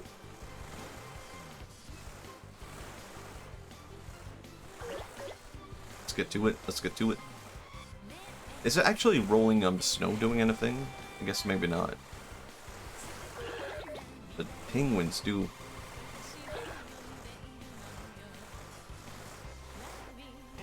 Have I ever had shaved ice? I don't think I ever have. It's just ice. How tasty could it be? Isn't it just ice with syrup? Like sugary ice? Is that good? Am I supposed to enjoy ice? Gotcha. No. Not yet. Gotcha.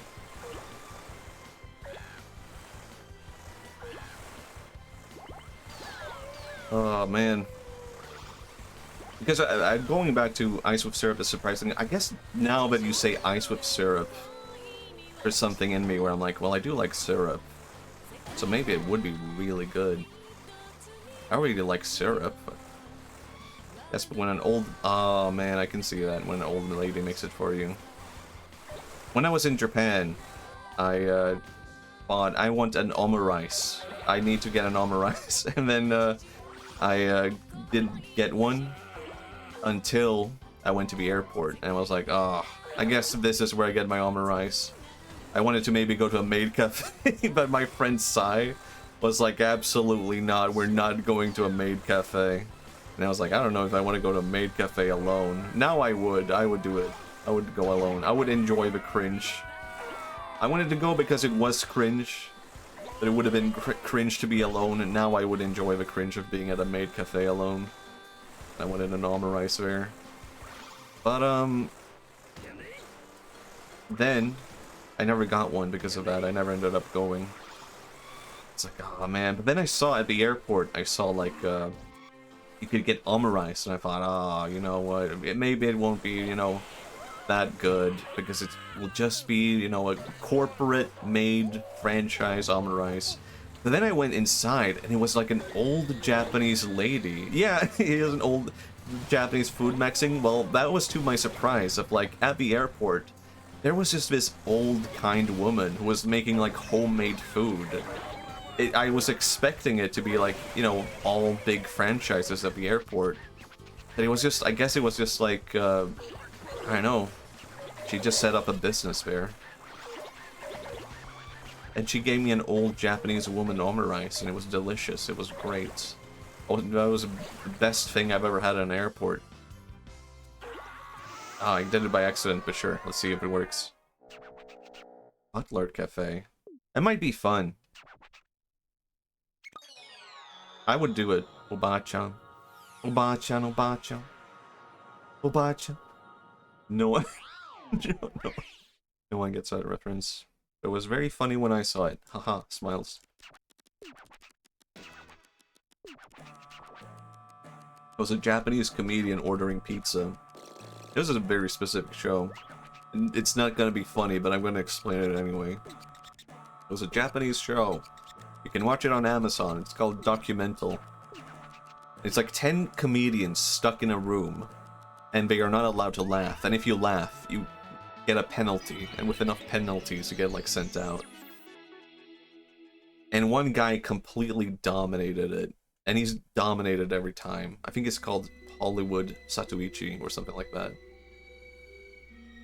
Insane comedian. You laugh, you lose, and yeah, it's literally that. And it's genuinely a good show. Man, he's so harsh.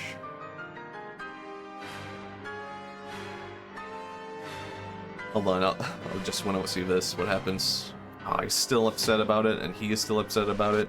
They're all upset about it. What will he do? Will he train harder to get one?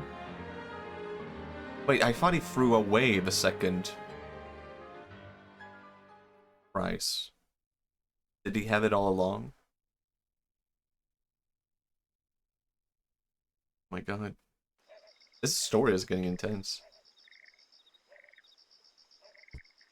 But yeah, in the middle of the show, they were ordering food. And one of the comedians was like ordering pizza. And in the middle of the call, he just started calling the order lady mom. And he was like, Ukasa, Ukasa, Ukasa. And it completely broke character because you're not supposed to do that while ordering food and talking to someone outside of a show. And of course, it blew everyone away because it was so unexpected and so rude to do that to someone outside of it. But I also have a hard time recommending that show because they do some things, you know, their body parts and stuff like that. It gets very not safe for work. Some comedians have lost their reputation being seen as like wholesome, then they go insane trying to make other comedians laugh. So now you're watching a guy putting something inside of his foreskin, and you're like, I did not expect this from a show on Amazon. You can watch this on Amazon. I don't know if this should be on here.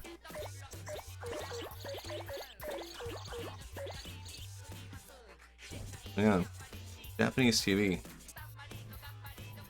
Pretty good.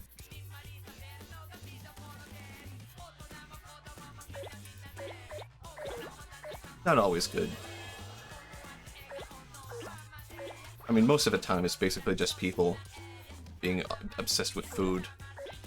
So what, I mean, you kind of see that occur in the show. There's parts where you're just like, is this even comedy anymore? It genuinely, even if you don't find it funny, it's genuinely fascinating to just see what unfolds when people are stuck in a room, unable to laugh at making people, or trying to make people laugh. Where you go like, is this even comedy anymore? And people will start laughing over the most minor things and lose. It's like, that was not funny. And they're like, yeah, I know. It's one of those dream things I would love to be on. But not so I can put something up my body, as some people may have done. Documental. Check it out. You might find it on Amazon. You might find it on our website as well.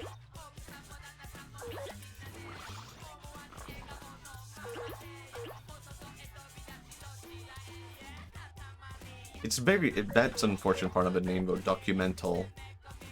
This is supposed to be a play on the word documentary and mental. But that documental also just means documentary in Spanish. So, I mean, would foreskin be up or down? Oh, good question. Well, something came out, so I guess it went up and then down. This is this is the worst thing I've ever brought up on stream, I think, so far. But it did make me laugh, I'll admit it. It's one of those things I'll never be able to show anyone. I guess that is maybe why it's kind of fascinating to talk about. Because without any other context, I would not be able to be like, hey, check this out. It did make me laugh. I'll admit it. I'll admit it. I need to drop this because I don't want to go into, like, I don't know, more into why it made me laugh. It would be too intense. Check it out, documental. Haha, smiles.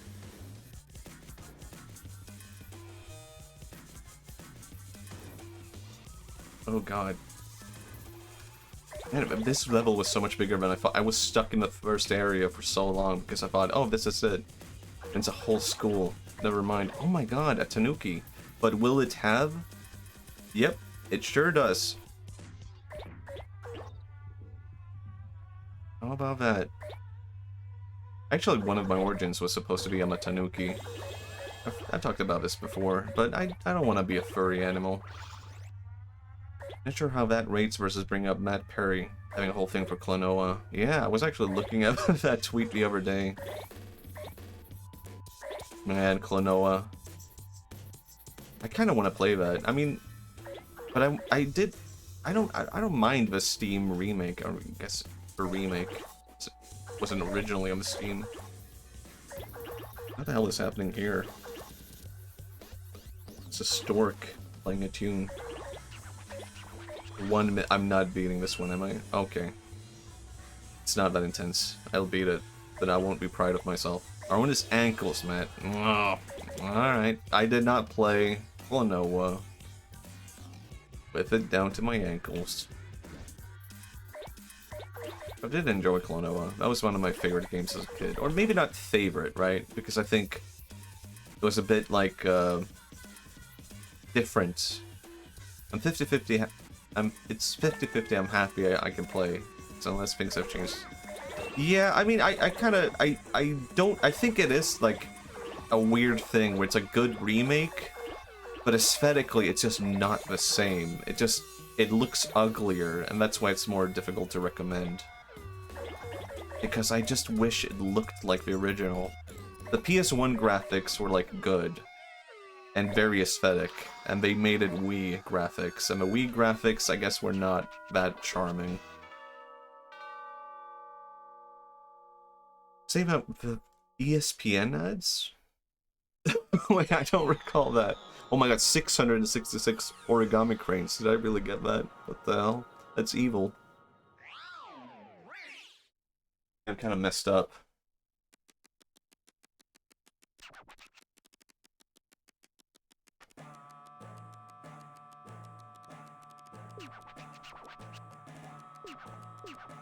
Did you guys ever make origami in school? 66%. It's insane.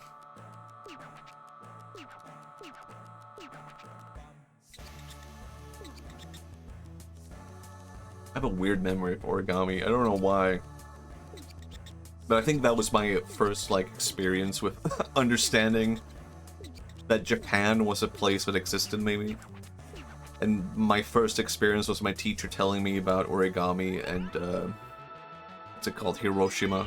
The bombing of Hiroshima. And I think I maybe had some vague idea of Nintendo being from Japan. So I remember my teacher telling me about origami. This is a really weird flashback that I just had.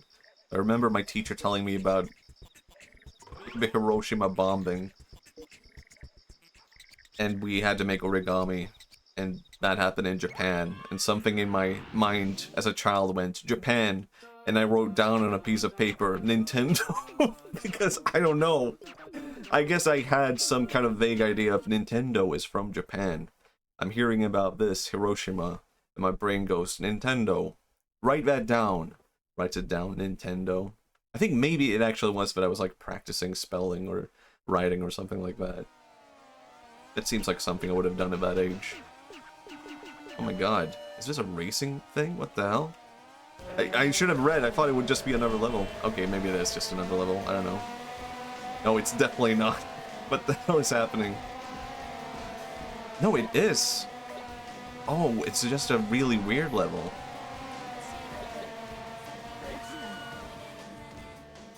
Again, this game has like blown me away of the originality.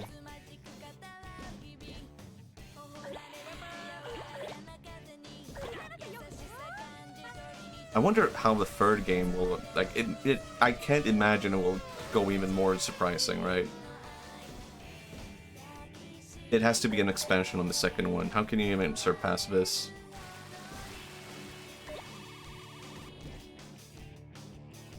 Oh god. Hold on, the controller on this level is insane. For some reason, I can't even stop. I am always going forward. I can't stop myself. How about that? That's insane. Oh, I can't even turn around. Like, with the quick move that you usually can use.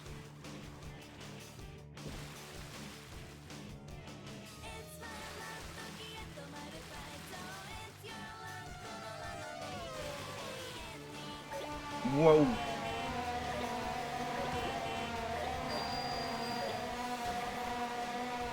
What was I talking about?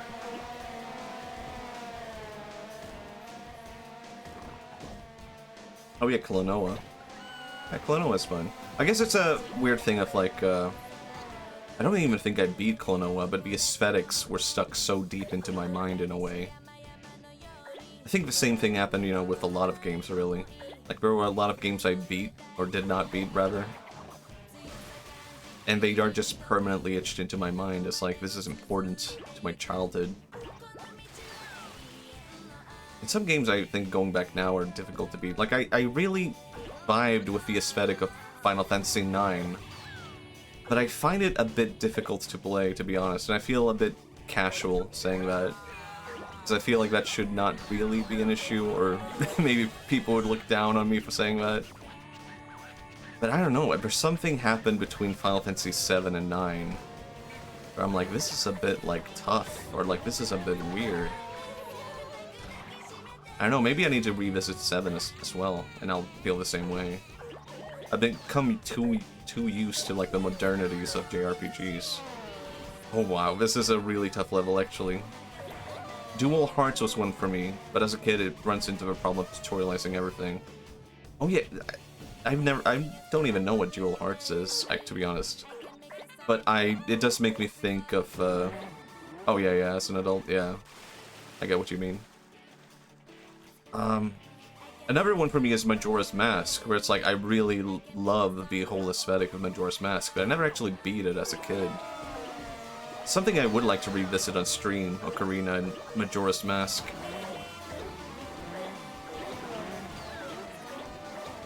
Oh man, I'm not gonna beat this level, I think. This is a tough one. Oh, maybe I can actually. Hold on. But the time is definitely coming up. There's a lot of games I want to play on stream, but I don't know how viable that is.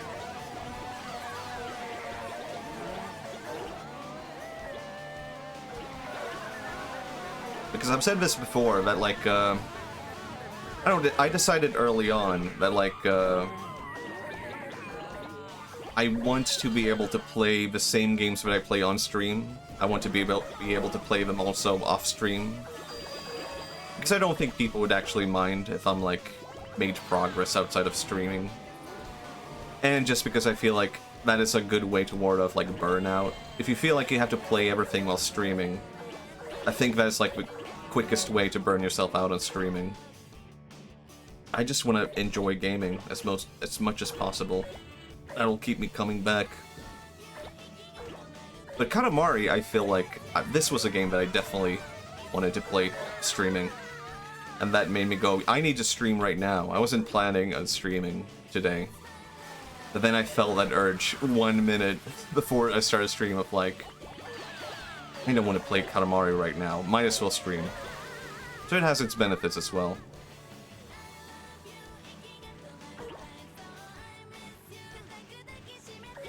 Here we go, here we go, here we go. There's a... Did I do it? I did it, holy shit. Didn't think I would be able to do it. There's a stream I keep thinking of, who taught me a lot about streaming. Congo VT. I learned it all from him. And I want to raid him one day. Because it's like an ongoing joke that people who watch Congo VT, his viewers become VTubers over time. And well, guess what? Here I am. But one day, I'll be able to do it. I'll be able to raid him and be like, Congo viewer to VTuber pipeline raid.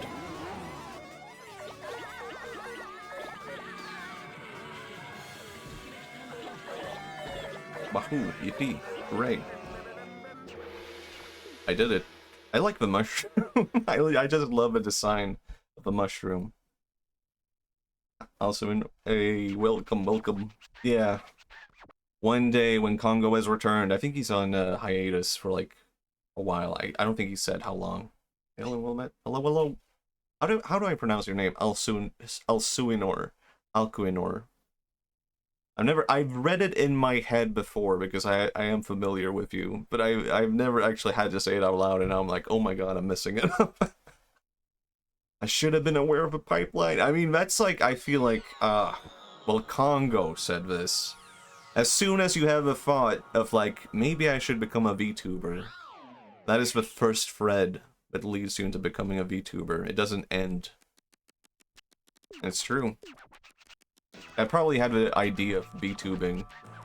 Nailed it on the second one. The C is... Okay. Alcuinor. Because I've messed up with C's ever since I learned that Arceus is actually Arceus. And now I'm like, wow. How could that be? I'm so used to like every C being like an S in the beginning. And I was almost willing to say, hey, Arceus, that can't be right. It should be Arceus, but... Then I saw the Japanese spelling, and it's Arceus with an S. Now I don't get it. Now I'm confused about everything. I'm lost.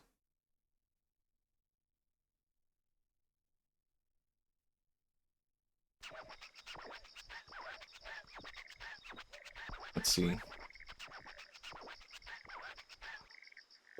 That was a pretty tough level.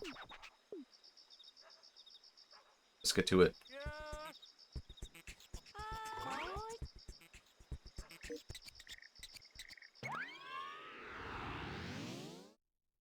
Looks in horror as your flesh self becomes 2D. Oh, I didn't read. Man, every now and then, I'll miss reading something, and I feel so sad because I'm like, I want to make sure that I read everything in chat, and then eventually it happens, but I miss something. I'm like, oh god, and I'll watch my own VOD because I'm editing something, and I'll see a really funny comment and be like, god damn it, I didn't see that at the time. How did I miss it? Yeah, I think I just have to get used to that with streaming. But I feel like that's one of my favorite things about streamers, when they try their best to read everything in chat. So I want to be a part of those guys. I want to do the engagement. I'm a fan. Oh, I played this one before, but I actually do want to try it again. To be honest, I still can't go back and watch my own voice. I get it, because like it can be tough. I don't like hearing my own voice. Like, it's kind of weird because it's like I do a lot of stuff involved with hearing my voice and like stuff like that, and I don't know how to like interpret my own voice or whatever, I guess, because I'm like, people tell me I have a deep voice, and then when I hear my own voice, I'm like, I sound like a child. I sound like a 15-year-old. I sound like I don't know. I sound like a baby, man. It's weird. You have to come to terms with yourself and then just ignore it. Pretend it never happened.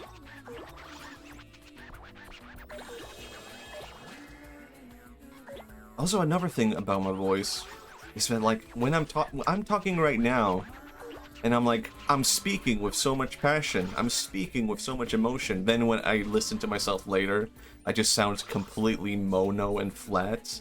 And I'm like, what the hell happened here? I don't know how to express myself.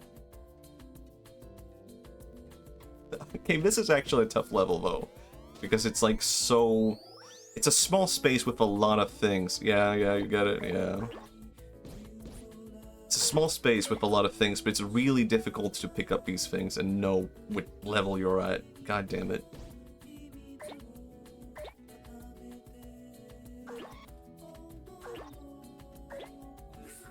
But it is pretty fun, as a whole. Keep doing exercise. Yeah. We get it. This is gonna sound pathetic. But I do like doing exercise, but when it's like through Ring Fit Adventure. It has been a while since I did it, though. Because, like, how should I put it? I genuinely feel as if Ring Fit Adventure taught me, like, oh, exercise can actually be fun. And I've been to a gym before. I've done exercise before. There was something that clicked in my head there when I was like, oh, it's actually fun to exercise. It can be fun. I can kill demons with my abs.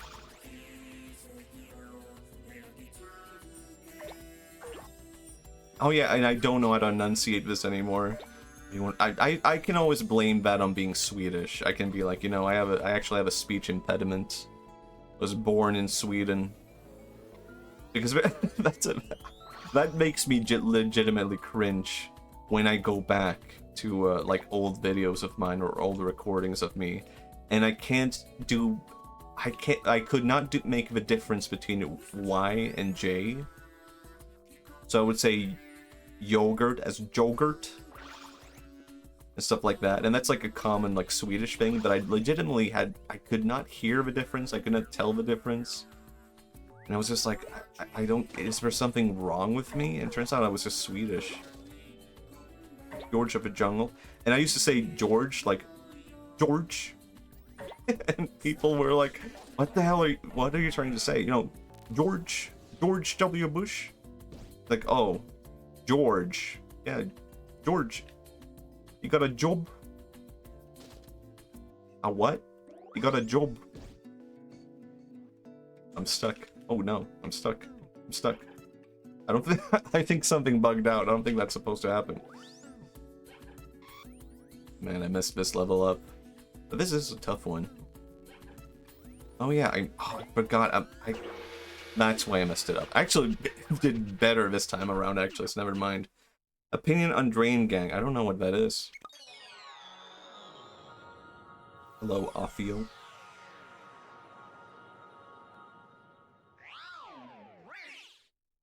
Is that like hip-hop? I'm a bit of a hip-hopper myself. Do you have any thoughts on Rip Slime? No, I have no clue. Hey, I'm a big fan of Rip Slime, and I've been listening to Rip Slime nonstop this year, and I'm very happy that we're back as a 5-group guy unit. Because I don't know, I say I'm not necessarily a fan of rap and hip-hop, but I have pretty much been listening to a lot of rap and hip-hop over the past few years. Like, I've always associated myself as being like someone who's into like rock and alternative rock. But I have just listened to a lot of like Japanese hip-hop and rap. Have you done pronunciation training? Your accent is hardly noticeable at this point. No, I just decided, this is gonna sound maybe a bit weird, but like, I decided at one point that I'm just gonna do like an impression of what an American sounds like. And that's just gonna be how I talk, and then that just became like how I talked. Like the impression just never ended. So I can't undo it now. I can't undo the impression. So yeah. But I do the same thing with every language, kinda, that I learn. Like, speaking I think that's like a bit of a common mental block, where it's like... oh, really? Thank you. I think that's a common mental block with, like, learning languages and stuff, where it's like, people often approach something like pronunciation with Japanese, pronouncing it as if it were your own native language. But you have to, like, get into the mental block of, like, how a Japanese person pronounces something is different, and you have to, like, I don't know. The way I imagine it is like I'm a baby hearing a word for the first time. Because a baby doesn't have all these, like, assumptions of, like, this word sounds this way, and you make it using these sounds or whatever. You just imitate how a baby would imitate a sound. And you go like, Yamato, and you're like, oh yeah, that is how a Japanese person sounds. But that has actually fucked me up. I'm not saying this as a compliment to myself. I actually think that's a huge negative on my part.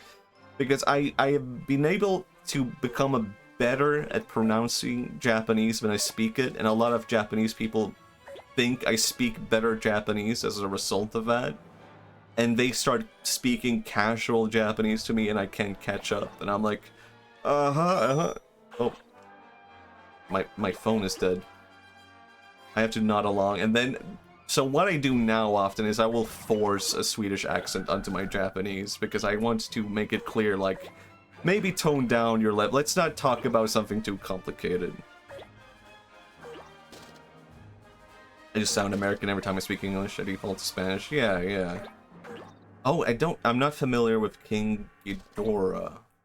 Is that also... No, I don't think I recall them. But I am a big fan of, like, Rip Slime, Punpy, Shelmiko, Halkali, who else? Chinsa Dopeness. Like, it's it's a lot of Japanese hip-hop, actually. Okay, this is gonna sound really weird, maybe, but I had a bit of a... Oh my god, those cats look amazing. Look at that. So for a long time, I listened to a lot of really depressing Japanese rock music. That was just like, oh yeah, I love Halkari. I listened to a lot of really depressing Japanese rock music, like Syrup 16G. And, if they're old school, I probably would like it. I'll check it out after stream. I used to listen to a lot of depressing Japanese rock music, where it's like Syrup 16G. And it's been called, like, the most depressing band in Japan, because so much of the lyrics are just about depression and anxiety and, like, in a way, kind of ideation of those things. I'm not really a fan of how it can come across as, like, almost romanticizing depression. But there was also something that really appealed to me about that kind of depression rock, where it felt like so ruthless and brutal and honest in a way, where it's almost like the vocalist is like portraying like the worst side of himself, and he's not trying to make it like sound good. He's just being honest and being like, I think life sucks and it would have been worse if I wasn't alive. And I listened to that and I'm like, this is like beautiful. This is like a level of honesty that's like you don't hear, and it's like so, I don't know, laying it into hard in a way that sounds so... You don't hear it that often, I guess. It resonated with me in a way, but I think it resonated with me too hard also, where it just permeated into my mind this kind of depression sound. And I kind of started to feel like, you know, the only thing that's real is this kind of depression rock. Everything else is fake. Unless it's like people singing about sad stuff, and it's not real. And eventually I kind of had to realize that, like, authenticity... I mean, authenticity is, like, such a big topic for me, because I'm so fascinated by it. But... How should I put it? There's also a vocal producer I like, Maretu. Oh yeah, I think that I might have heard their songs, I'm not... But you saying that makes me go, I probably have heard their songs, but because I've heard a lot of Vocaloid stuff, where I'm like, this is really dark. King Ghidorah, okay, I'll look it up later. Well, so for a long time I really listened to a lot of, like, depressing music. And I at the time, I just felt like this feels authentic, and I like the sound. But I do honestly think, looking back now, it kinda, like, warped my mind in a bit, where I was like, I was vibing a bit too hard with the depression, and when I felt bad, I would listen to it and be like, this is sort of like ruminating. Like, at one point I realized this is not helping me process, like, me feeling bad or sad. It's just me ruminating in the sadness, and it's actually helping me feel worse. Winbearer calls himself authentic. I guess, I don't know, I think it's kind of like, I don't know, I would like to aspire to come across as authentic, right? But at the same time, I guess this is maybe a bit controversial to say. It's like, the only conclusion you can make the further you go into, like, authenticity is that, like, you can't really judge what is authentic for other people, or what is truly authentic as an art form. Like, the only way you can look at authenticity is, like, what is authentic to yourself. And I guess that was something that became, like, an interesting question to me, because I did feel like this depression rock music was, like, so authentic in a way. But in the end of the day, it's like, no, it's only authentic to me. And it was kind of, like, shown quite clearly when I showed this music to other people, and they were just like, I don't hear it. Because, like, of course, it's only to me, it's not to them. And I got really upset because I showed the music to a girl, and she was like, no, I think we're faking it. And I was like so upset. And I was like, what do you mean we're faking it? Because it sounded so authentic to me. And she was like, I think they're just playing it up for like, you know, I don't know, they just want to come across that way to be edgy. And I was like, oh, seething inside. But, and then I asked her, okay, well, what is authentic to you? What is authentic music? And she said, like, Katy Perry. And I was like, that blew my mind, because I was like, what the fuck do you mean, Katy Perry? I asked, what is authentic music? And your answer is Katy Perry? But that was also a moment where I realized, like, who am I to judge Katy Perry and if she is being authentic? Like, a lot of people genuinely just like that kind of music. A lot of people genuinely want to make that kind of music. So it would be wrong to me to judge that as inauthentic purely based on like an aesthetic and be like, no, this is not like aesthetic enough to be honest and authentic. It also took me a while to realize I should not. Yeah. I feel like, yeah, counterpoint, devil's advocate, Katy Perry. And I don't know, it made me upset, but at the end of the day, all I could do was agree with her and be like, you know what? She is right in a way. Like, some people want to make music where they say, I'm being authentic to myself, and then they make it, and what they end up making is like, Imagine Dragons. And they're like, thunder, feel the thunder. And they're like, this is the most genuine emotion I've ever heard. Because in the end, they're just relating it to their own life, right? So yeah, anyway, long story short, part of me, I appreciate your ability to consider a perspective too. I would have judged. Yeah, I mean, that was, you know, I fell prey to that as well. You know, of course, in the moment of that, I fell prey to that, and I was like, what is wrong with her? How could she doesn't get it. She doesn't care about this kind of stuff, whatever. But like, yeah, you authenticity is like, I don't know, an interesting thing. And I can say, you know, I kind of judge people in different ways with that also, you know, where I'm like, I've heard VTubers do like super cute anime voices, and it's like, that's not real. But then, you know, all I could think later was like, you know, that it doesn't actually matter if that's like not how they speak in real life, because like, that's just like how they want to portray themselves, and that's fine. Like, everything doesn't have to be a specific way, and in some cases, you know, me speaking different to other people is not me being less authentic, right? It's just me portraying something different, a different part of myself. So I get it, though, if people are like, I don't vibe with anime girls or VTubers with super high-pitched voices who are kind of forcing it. Because yes, I mean, it doesn't have to be your thing. And it can be the case that someone is just doing it because they're like, this is what VTubers do. But I think it would be the wrong approach to say this is inauthentic. You know? Like, odds are you probably talk to your parents in a different way that you talk to your friends. And that's not you being inauthentic, it's you having different sides to yourself. And you would probably approach, like, making YouTube videos and streaming in the same way as well, right? So I think that's, like, a good way to approach authenticity. It's not really that there's a one true side of yourself. There are actually many different true sides. Anyway, long story short, in my search of music that wasn't, like,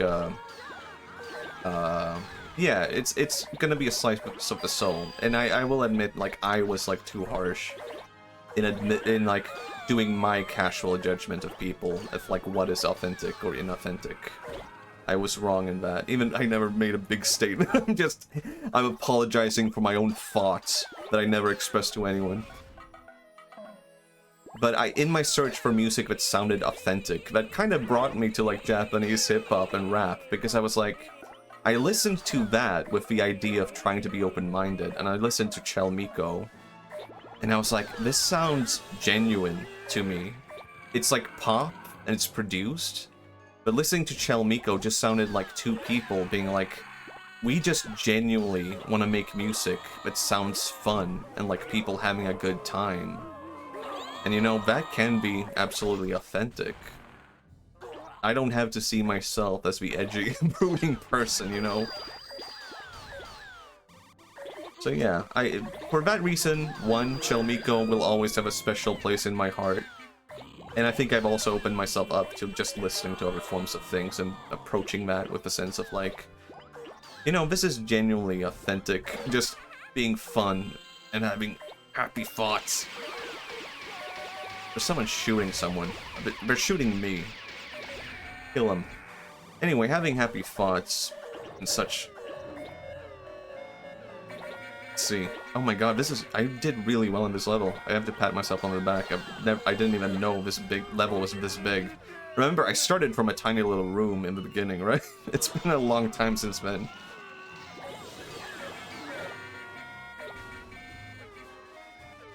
So yeah,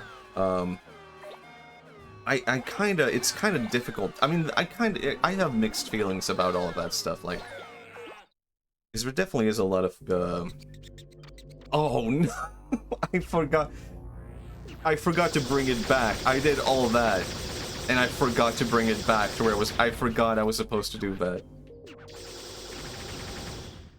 Maybe another time. So yeah, I think, that kind of mentality can also be used for the good.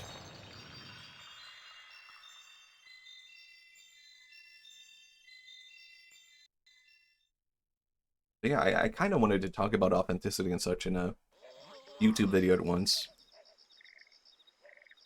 If I come across someone with a forced voice, it just sounds anxious. I'd rather than be comfortable than nonchalant to on the opposite. Yeah, I think that is also a thing to consider, right? Like, I think it's actually the case that, like, a lot of streamers and YouTubers and such, and, like, they typically don't start up with a forced voice out of, like, how should I put it? They don't typically do it because they're like, this is what my voice should be. Because usually it's just like, oh, this is, you know, they're nervous, and this is sort of like their go-to voice for that. And like, now I've talked to a lot of VTubers behind the scenes, where I would have thought, like, oh, she's putting something up for the stream. And then I just hear her in voice chat, and I'm like, oh, she just sounds like this all the time. And I'm like, wow, okay. Like, she is just kind of naturally anxious or something like that. Or like, she's not even putting up the facade or breaking character, because that's just her. Ooh. Well, I wanted to say something else, but I kind of forgot. Let me... Oh yeah, it's also like a common thing in like radio as well, like, and acting, where in radio you often hear like people doing radio voices, because people put up this idea of like, this is what you do in radio. You do the radio voice, and this is how I know that I sound good. And it can take 10 years or whatever for people to realize, like, wait, Pete, this sucks. Like, this is not good. Radio voices are not good. And people don't actually want to hear them. But people start radio, and they come into it with this idea of, like, if I do this, enunciate, do loud, obnoxious laughs, and talk in a specific way, then people want to, like, hear that, or this is how I do good radio, this is how I sound good. But it's almost always the case that people just want to hear people, like, talk casually. Like, people don't want to hear, like, a forced voice or anything like that. They just want to hear regular people talk how they talk normally. Anyway, I think I'm happy. Stream. I don't know, I didn't really have any end goal. I kind of just, need to go to bed, I guess. That's the real conclusion here. Thank you everyone for coming to stream. It's been fun, but I do have to wake up in the morning. But I had a lot of fun. It's fun to come back to Katamari. Definitely, like, this game has grown on me immensely. Just like, really, I was so, I keep saying this, I really thought in the beginning, like, oh, like, I'm not going to, like, enjoy this as much as the first game. But now I'm like, oh my god. Drink water. Now I'm like, you know what? This is so good. This might be my favorite Katamari. And I really wanted to go back streaming it, because I really wanted to, like, I don't know, experience it with people, I guess. It's actually funny. I remember you before I knew about any YouTube from a spaceship door video, which I love, by the way. It was nice. Yeah, thank you, thank you. Thank you. I haven't really advertised me streaming or anything because I wanted to make sure that I actually enjoyed doing it before I made it like a big thing or anything. And I have really been enjoying it. So, but at this point, I don't know if I will just advertise it because I feel like, oh boy, what if that becomes like, I don't know, stressful. I am a bit anxious about that, but I think I would be able to handle it at this point. But I feel like I'm doing this just for fun, so I don't really need to make it a big announcement or anything either, because at the end of the day, it's just like, I'm doing this because I like it. Anyway, I'll be back soon, I think, actually. Because, yeah, I like it. Thank you. Good night, everyone. Bye-bye.